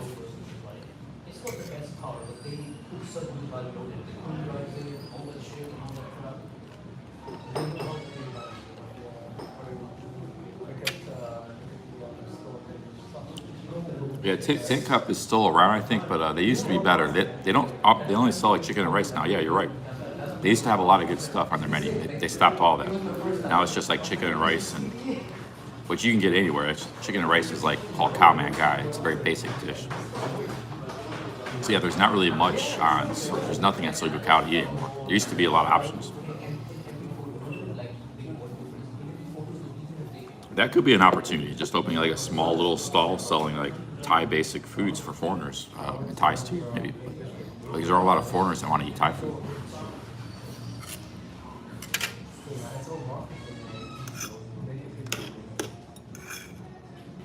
Soy Bucao, though, is mostly foreigners. There used to be a lot of like Thai girls and stuff that would live in apartment buildings, and there still are some. But now it's mostly all foreigners. It used to be a mix before, a mix of like expats and like small. Always had like a transient population, so those apartments were for like transient people, whether it be foreigners, like the fan rooms. But a lot of the Thai girls would live in the fan rooms for like 3 months because they were just there for a few months at a time.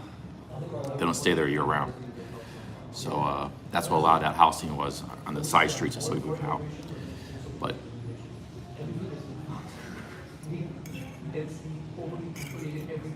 there's actually quite a lot of tenements on the side streets, some of those side streets, especially towards Pattaya Thai, or no, Pattaya Kling.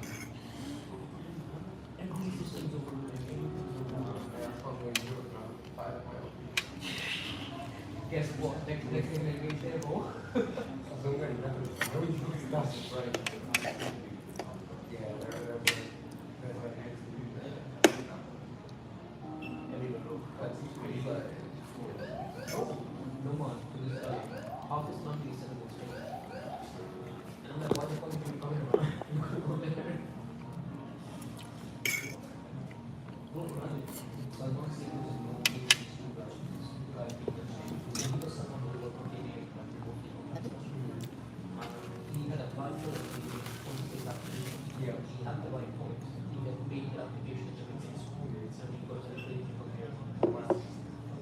Let's say I became like, let's go to hypothesis zone. I became a really successful hiking, vlogging, camping vlogger. It's making like, let's say I was making like $7,000 a month, which might seem ridiculous. Like, how could you make that much? But if you get good ad rates, you don't have to get a lot of views. Like Ace Live, he gets fewer views at his peak than I used to get, like a third. Yeah, he was making $15,000 a month because his ad rates were so good. He had a really strong American demographic, and he get like 2-3 million views a month, which is a lot. But he showed he made like $15,000 a month, which is way more than I ever made because my ad rates were always really low. Because I had a lot of like Indian viewers and Middle East and Southeast Asian viewers and stuff. So I had some in the West too, but they were the minority of my viewers. So I was getting these huge views, but just like pitiful ad rates. But he was getting really high. So let's say I get like 1 million views a month, and I'm making like those high ad rates. You can make like 6,000-7,000 a month. So I would be pretty well off because you're not spending much money when hiking and camping. It's cheap. It's a cheap thing. Your expenses are cheap. Let's say I had a time for do a holiday once or twice a month in Thailand, once or twice a year for a month in between my hikes. I still wouldn't be spending that much money. Like I would maybe spend like $2,000. I get like a nice condo and a motorbike, and maybe I spend $2,000 a month, instead of like $1,000, $1,200 a month. I wouldn't be spending that much. So, even if I could afford it, I could afford a nice holiday. Like I would be able to afford to spend $4,000 a month if I was making that kind of money on a 1 month holiday. But I don't see how you can spend it. Like once you're just ringing the bell and go-go bars and stuff all the time, and buying a lot of drinks in lady go-go bars. That's what a lot of people do. That's why they spend a lot of money. But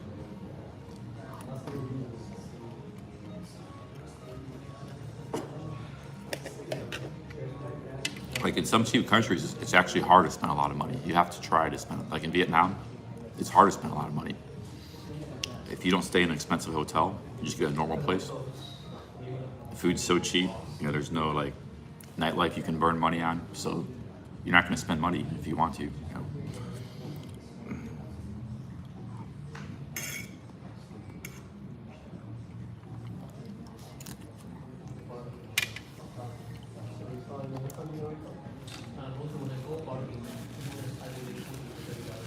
I got the booth special. It's a massive amount of meal here. Massive food. Amount of food. A whole thing of chicken, kebab, lamb chops, giant thing of rice.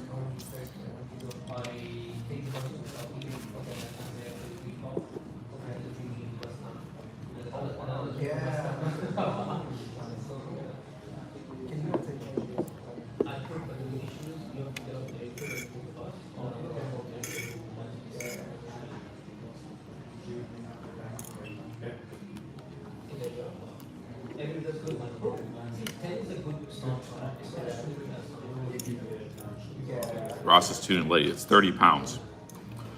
It's like food for 2.5 people, 2 people. I was gonna do like a challenge, try to eat it all.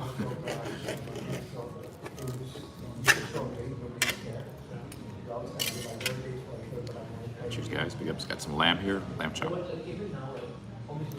So, Persian tomato sauce.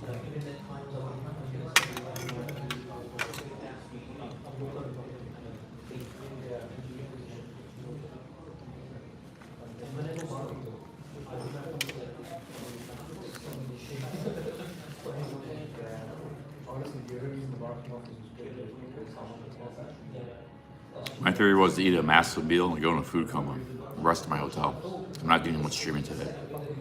Just a few hours of streaming.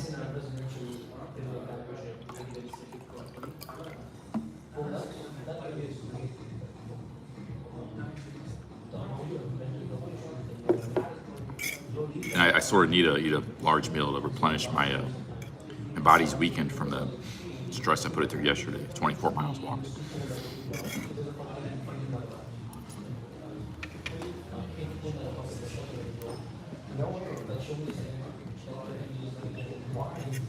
I'm not going to Scotland this trip. I got to leave. I'm leaving the UK, so I don't have time to go anywhere.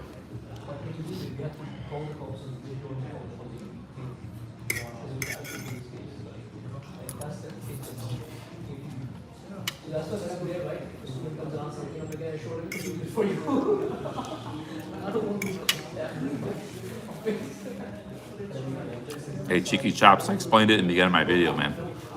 You gotta watch the beginning of the video. The live stream, I mean. We're in Ealing, London. JW says, no, don't leave.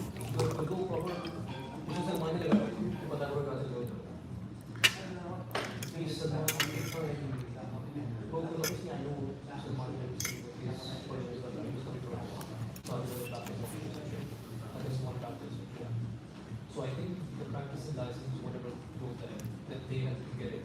So that's why. But I'll let that guy the proper track for working in Kenya, Saturday and Sunday. Has his own practice, she's sort of contract up there. And he's working in the Portuguese embassy. What's he doing in the Portuguese embassy? For the Portuguese embassy. So he's working 5 years in the embassy.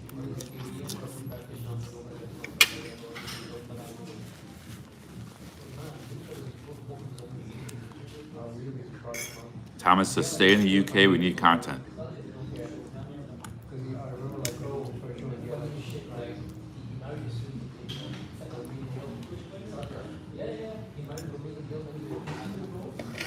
I'm putting a dent in the food, but there's still a ton left. I don't think I'm gonna finish this.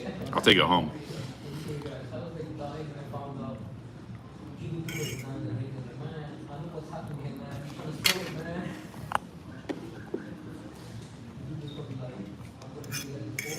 It's the booth special.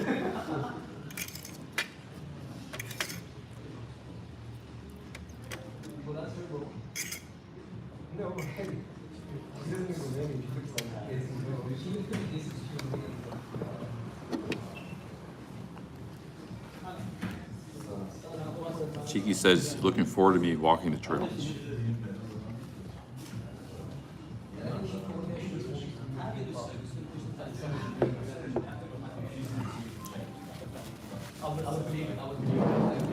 The north is a barren wasteland.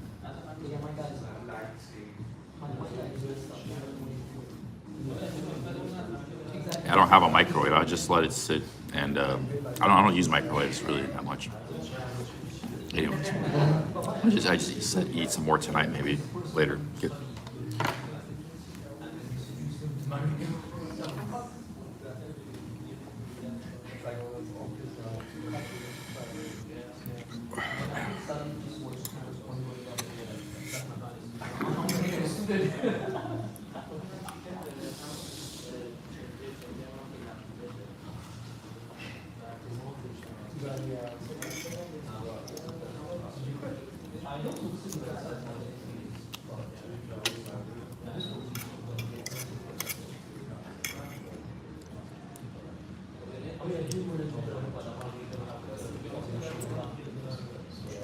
yeah, Wales would be cool to visit.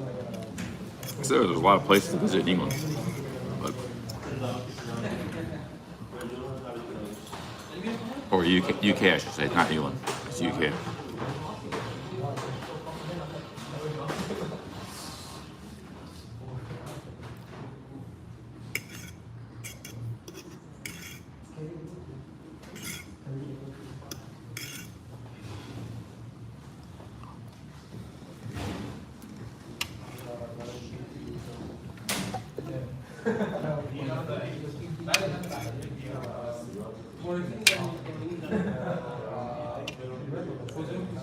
There's like 4 lamb chops.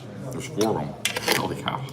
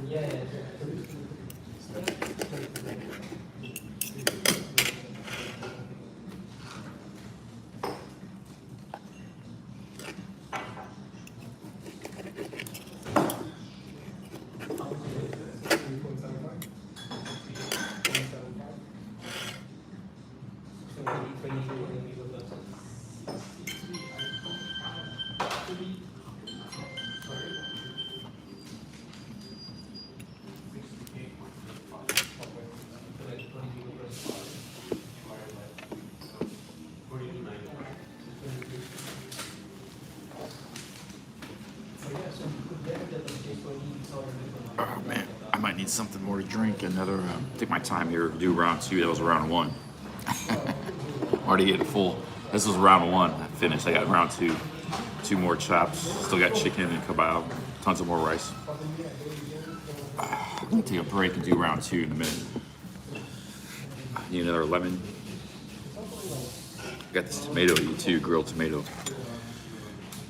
Oh man, a lot of food. A lot of. I could have got something for 15 pounds. I just thought it'd be fun to try a giant meal, giant platter of food. So I usually don't eat big platters of food on live stream. I don't want to go in a food coma.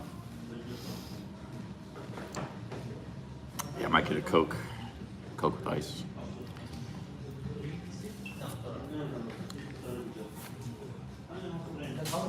So I got the booth special here. Yeah, Coke. Canada Coke. So I got the booth special platter. I could have got one of these for like 15 pounds, but I figured I'd just try something, get something special.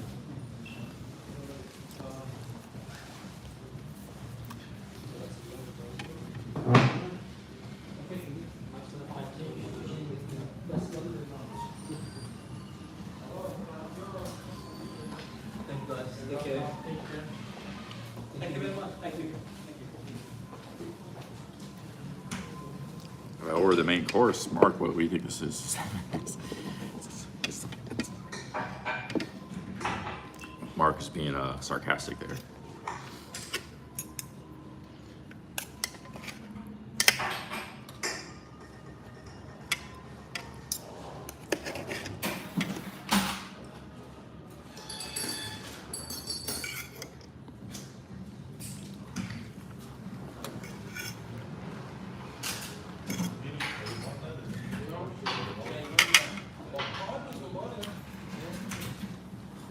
English YouTuber called Beard Meets Food. Yeah, I think I've seen that guy before. Yeah, he eats amazing amounts of food.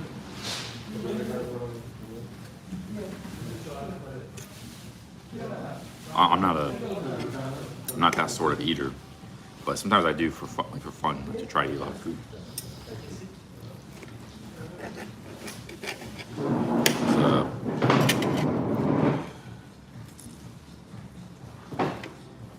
It's like a challenge.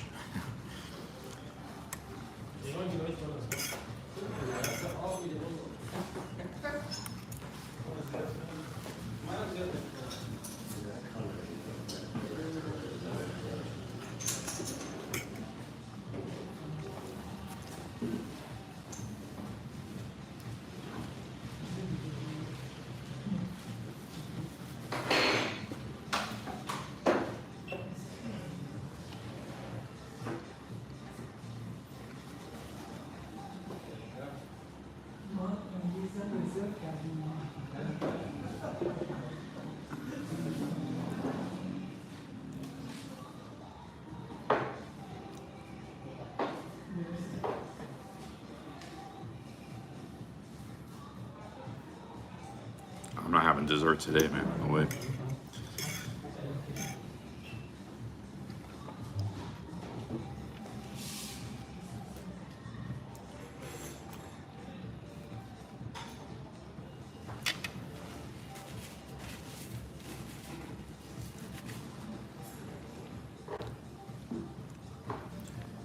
Excuse me, sir. Can I have a Coca-Cola with ice? And I'll take one more lemon. You have another lemon wedge?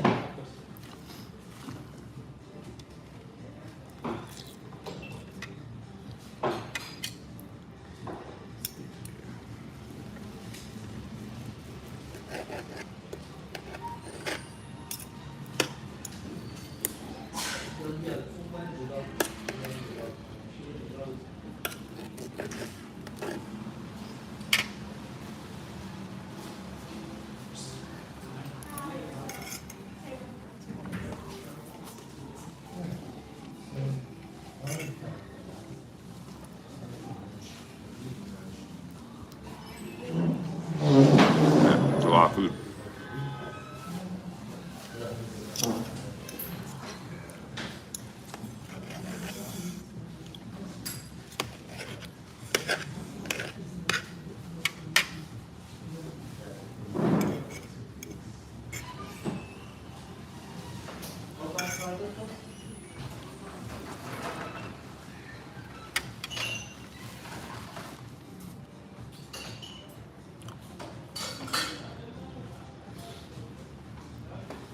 Yeah, I don't know if May liked Sean's Persian food. She liked the Thai food Sean makes. Sean could cook some pretty good Thai food.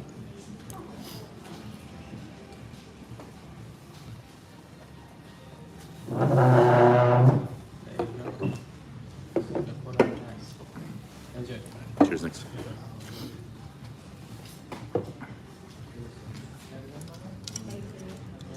W says looks like the quality of food in UK is great. I haven't had any problems.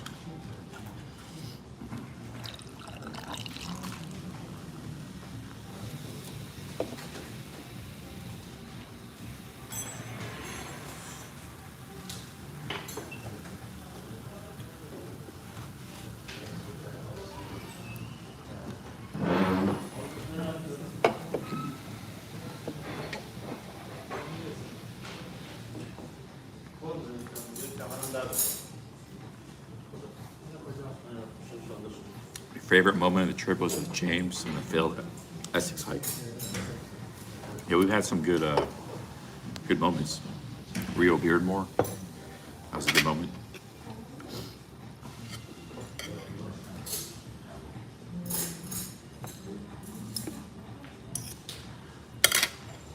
Shaco Mako just stream sniped Sam Pepper. Oh, okay. I'll probably watch that later. I'll watch it some.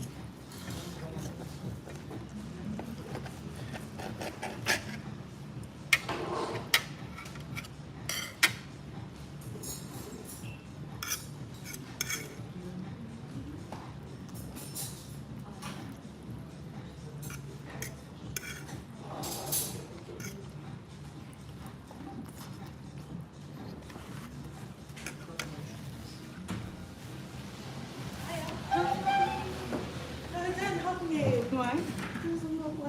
Oh yeah. Such a good. Also, the whole Cornwall experience was amazing. The whole like all the towns, Tintagel. I was in Merlin's Cave. That was an amazing thing on it.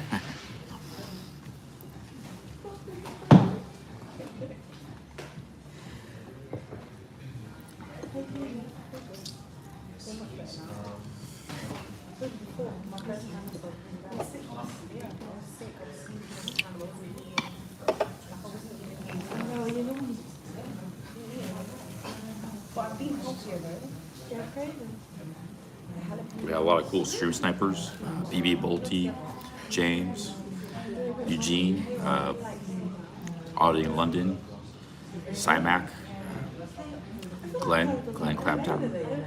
A lot of great stream snipers.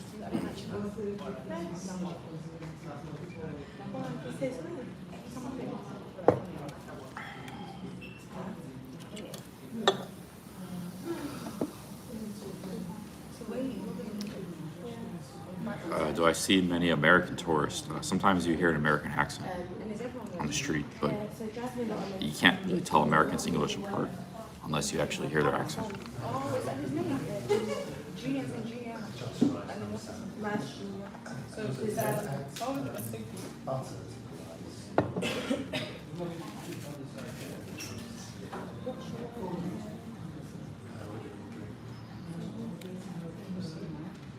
Hey, Tandra, 20 British pounds. Thank you, Tandra.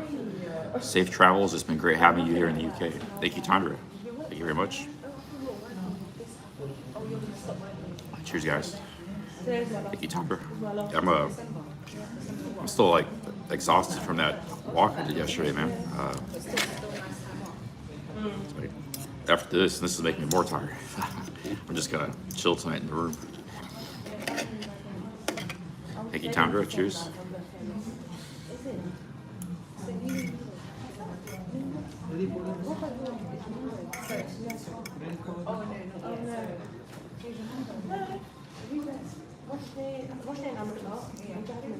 Oh yeah, Barry as well. Barry stream. I can't forget about Barry. Yeah, Barry stream sniped me as well.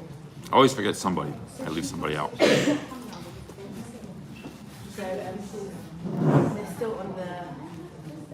Yeah. Do they like people vomiting? When you have like 10 stream snipers, it's easy to leave somebody out. The doctor said we can't give you anything yet because it might be a viral infection. It might be viral infection. So I mean, whatever we give, you just gotta wait to see if you get them. Hey, thank you, Ari. Cheers.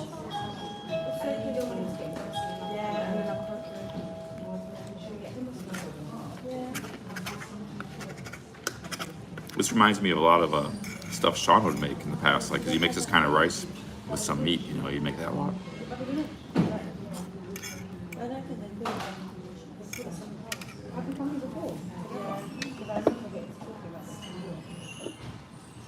Yeah, often he would make like a kebab, same style of kebab with the rice. Maybe number 14. Was it warm? Yeah. Don't have to open it. It is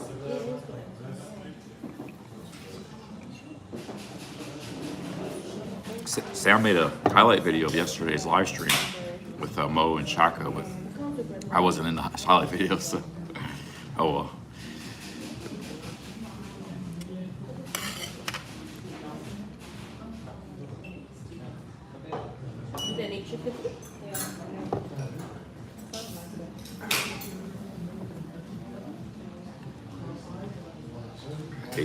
He puts it on YouTube, so he had the highlight video from Kick, and he made a highlight video on YouTube today.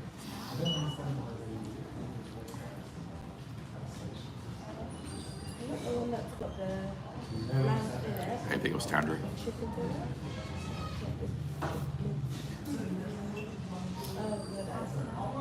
Yeah, they're running for Shako Mako, not you.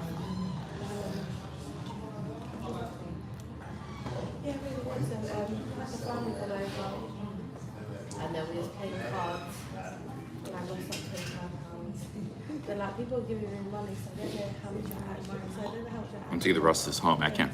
Whoever voted, I couldn't. You finish it all. You're right. I ate all the salad, all the lamb chops. Still have chicken and kebab left. I still got rice left. I'll eat a little more. I'll take the rest of it home. It's a lot of food. I got up, I stood up after I got the cake, and then I kept getting stopped with people that The boots are good. They're just a little bit too big.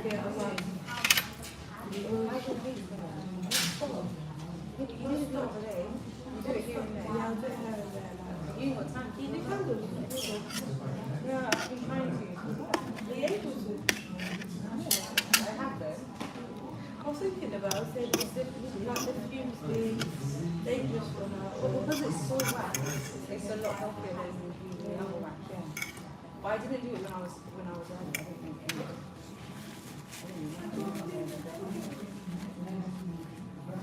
I gave work my day yesterday when I was going to go off. It wasn't 20th of February, but 25th of February or 20th of February. Oh, what I'm saying is that I'm going to have a half term. It's half term days due the 19th of February. So I'm not trying to miss out on my half term. You know, if you get rubbish after that 4 months. So I said go down at 19th and then it goes. So I said I'm going to use that to work on the 19th. Well, let's see how I feel. How? If I feel bad, then I'm just gonna go off before I just go the full year. I can't finish, man. There's like a whole thing of rice still. It's like a massive amount of rice. A lot of meat left too. Look at all this rice. I ate like most of the rice, but there's still a ton left. I'm pretty much done. I'm gonna tap out. One more bite. I'm tapping out. I'm gonna finish this tomato here. Get a little more chicken. And I'm tapping out. I'll take the rest back to the room.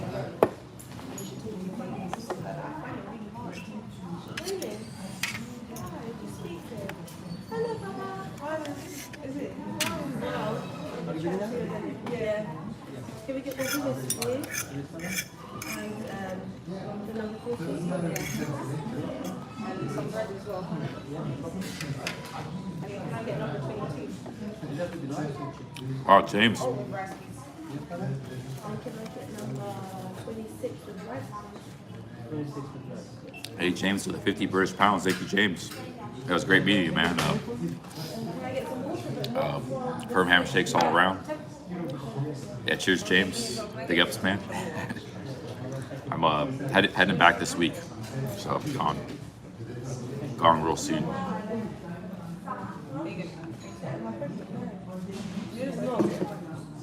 Thank you, James. Big ups, guys.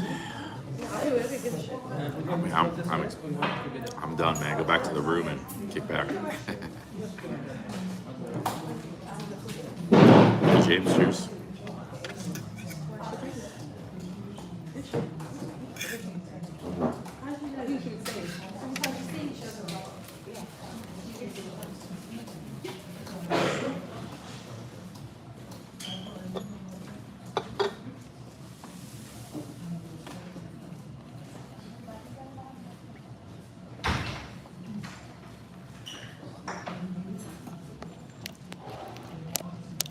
James says, enjoy having you.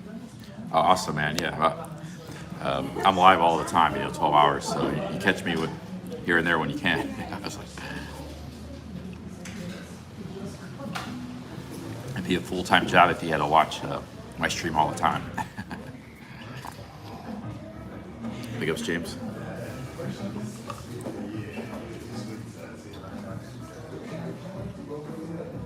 Why can't I stay in the UK? I kind of addressed it at the beginning of this video.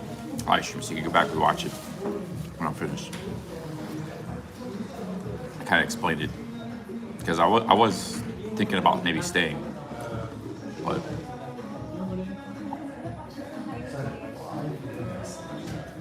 yeah, I'm exhausted now. Now I got the digestive kicking in, and still got the fatigue from yesterday.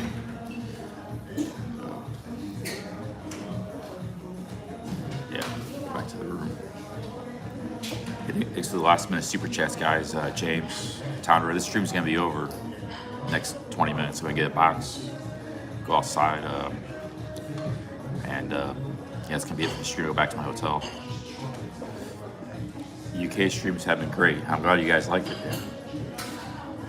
Yeah, we've done good here. Good with super chats, good with views. Been good with UK's been good. We had some content here and there.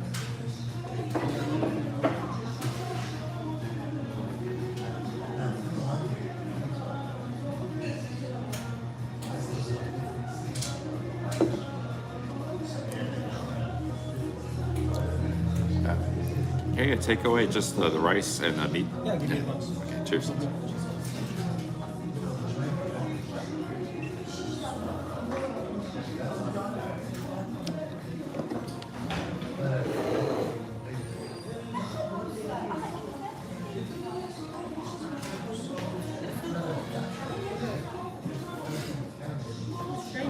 Yeah, Judith, I thought I could eat all of it, but I don't know. It impressed me. It's a lot of food. I had a giant English breakfast in Newquay. That was like 2,000 calories. I finished that. I've eaten some big meals, but this was too much. This was too much food. Yeah, there you go. And I get the bill. Did I pay it up there or just? Oh, right here. Okay.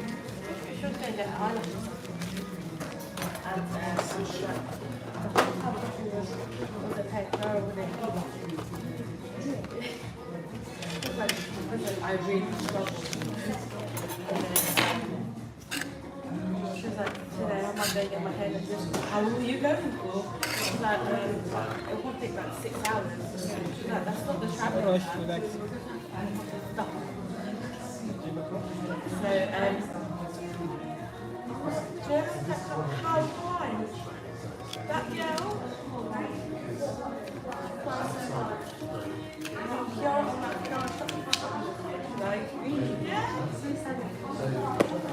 I call Leo lecturer. Thank you. But Leo was like, when he goes to anywhere, he was like that. Kiara, like, I struggle to think of what's mum struggles to think of. What she Cheers, thank you. But she's good for washing that. Is it? So Roshni's dad, I'm right, I'm with mum, I'm like 14. He warns CC if he meets Sam Pepper, he's in 7. Who's that? Oh, Nigel? No, Nigel's here. He was in the chat earlier. But before when they his name was hurt and then after when they was like, I'm sick, he just come back to work. He ain't like to go to a specialist.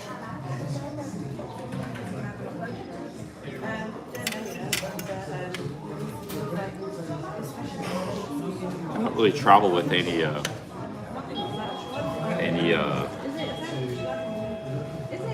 fork or knife this trip.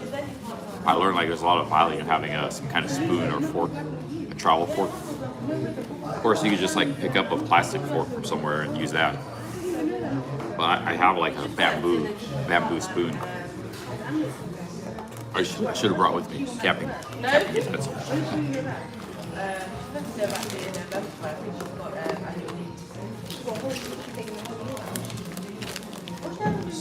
It's like if you get fruit or something, I can't eat fruit like a watermelon or.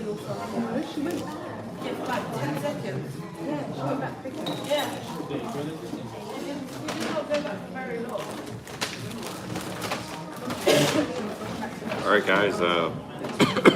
We're gonna go walk around a little bit, head back to my room, and probably the end of the stream.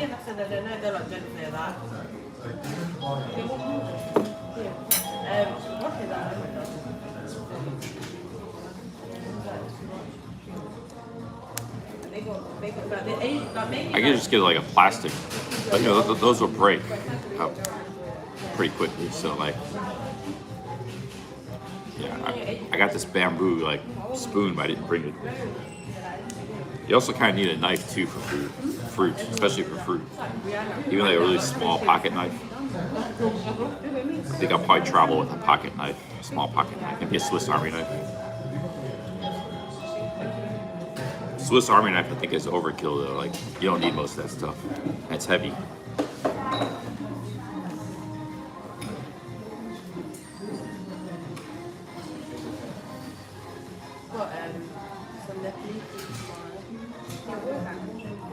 know what Rocky is?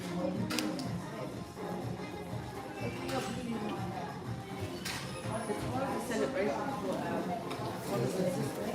Only like you come back and put the bread. But this one's in a sleeve one. You don't. I used to saw a durian rider. He had like this little small knife. He would cut like fruit and stuff. I need to find something like that Like a big thing. for my camping and stuff, my hikings. But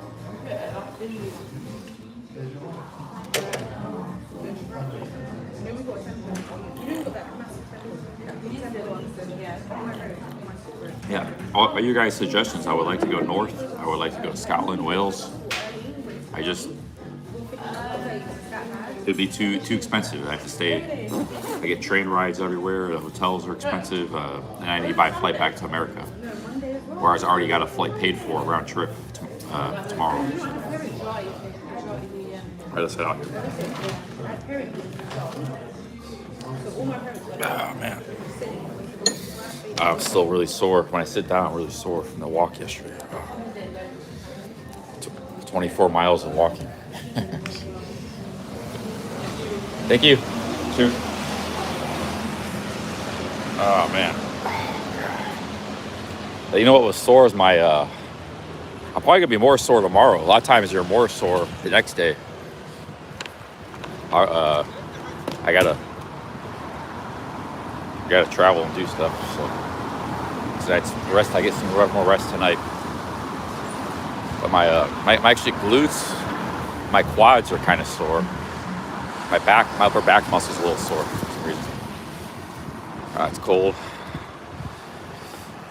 Ah, man.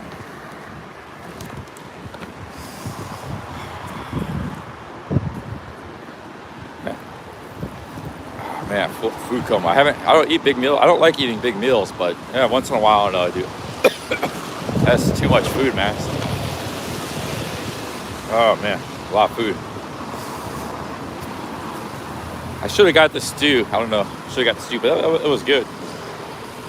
I probably need sometimes you need to gorge out.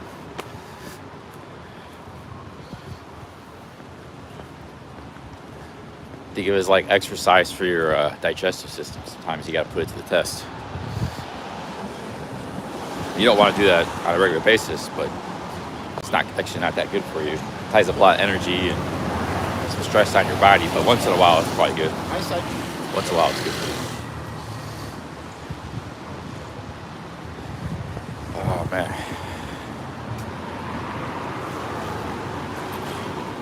And you guys like me that much? I want to keep me around.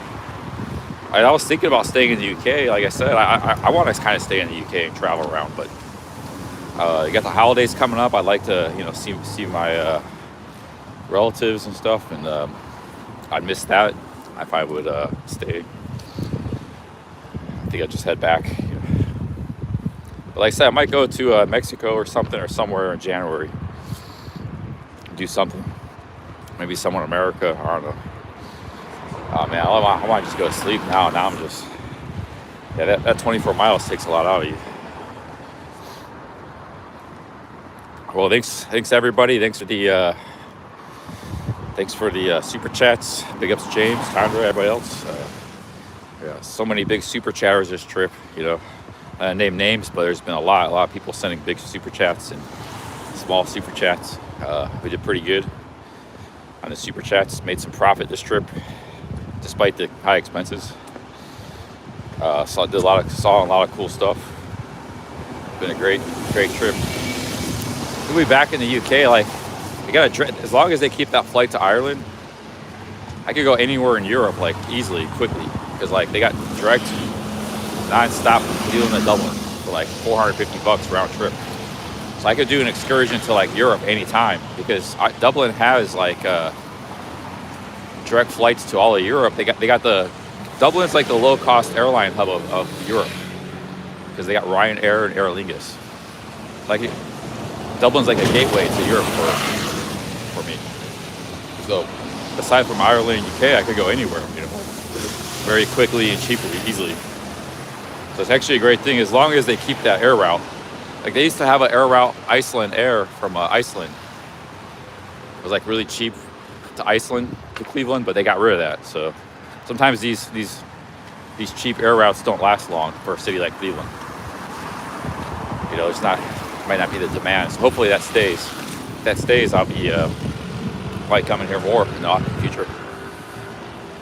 All right, guys, it's yeah, it's cold here. I'm gonna get back to my room, relax. Got a ton of food. What are you guys voting on? I'm about to leave here in a minute. Oh, there's Nigel. Pick up Nigel. Take the train to Ireland. There's no train. There's an ocean between Ireland.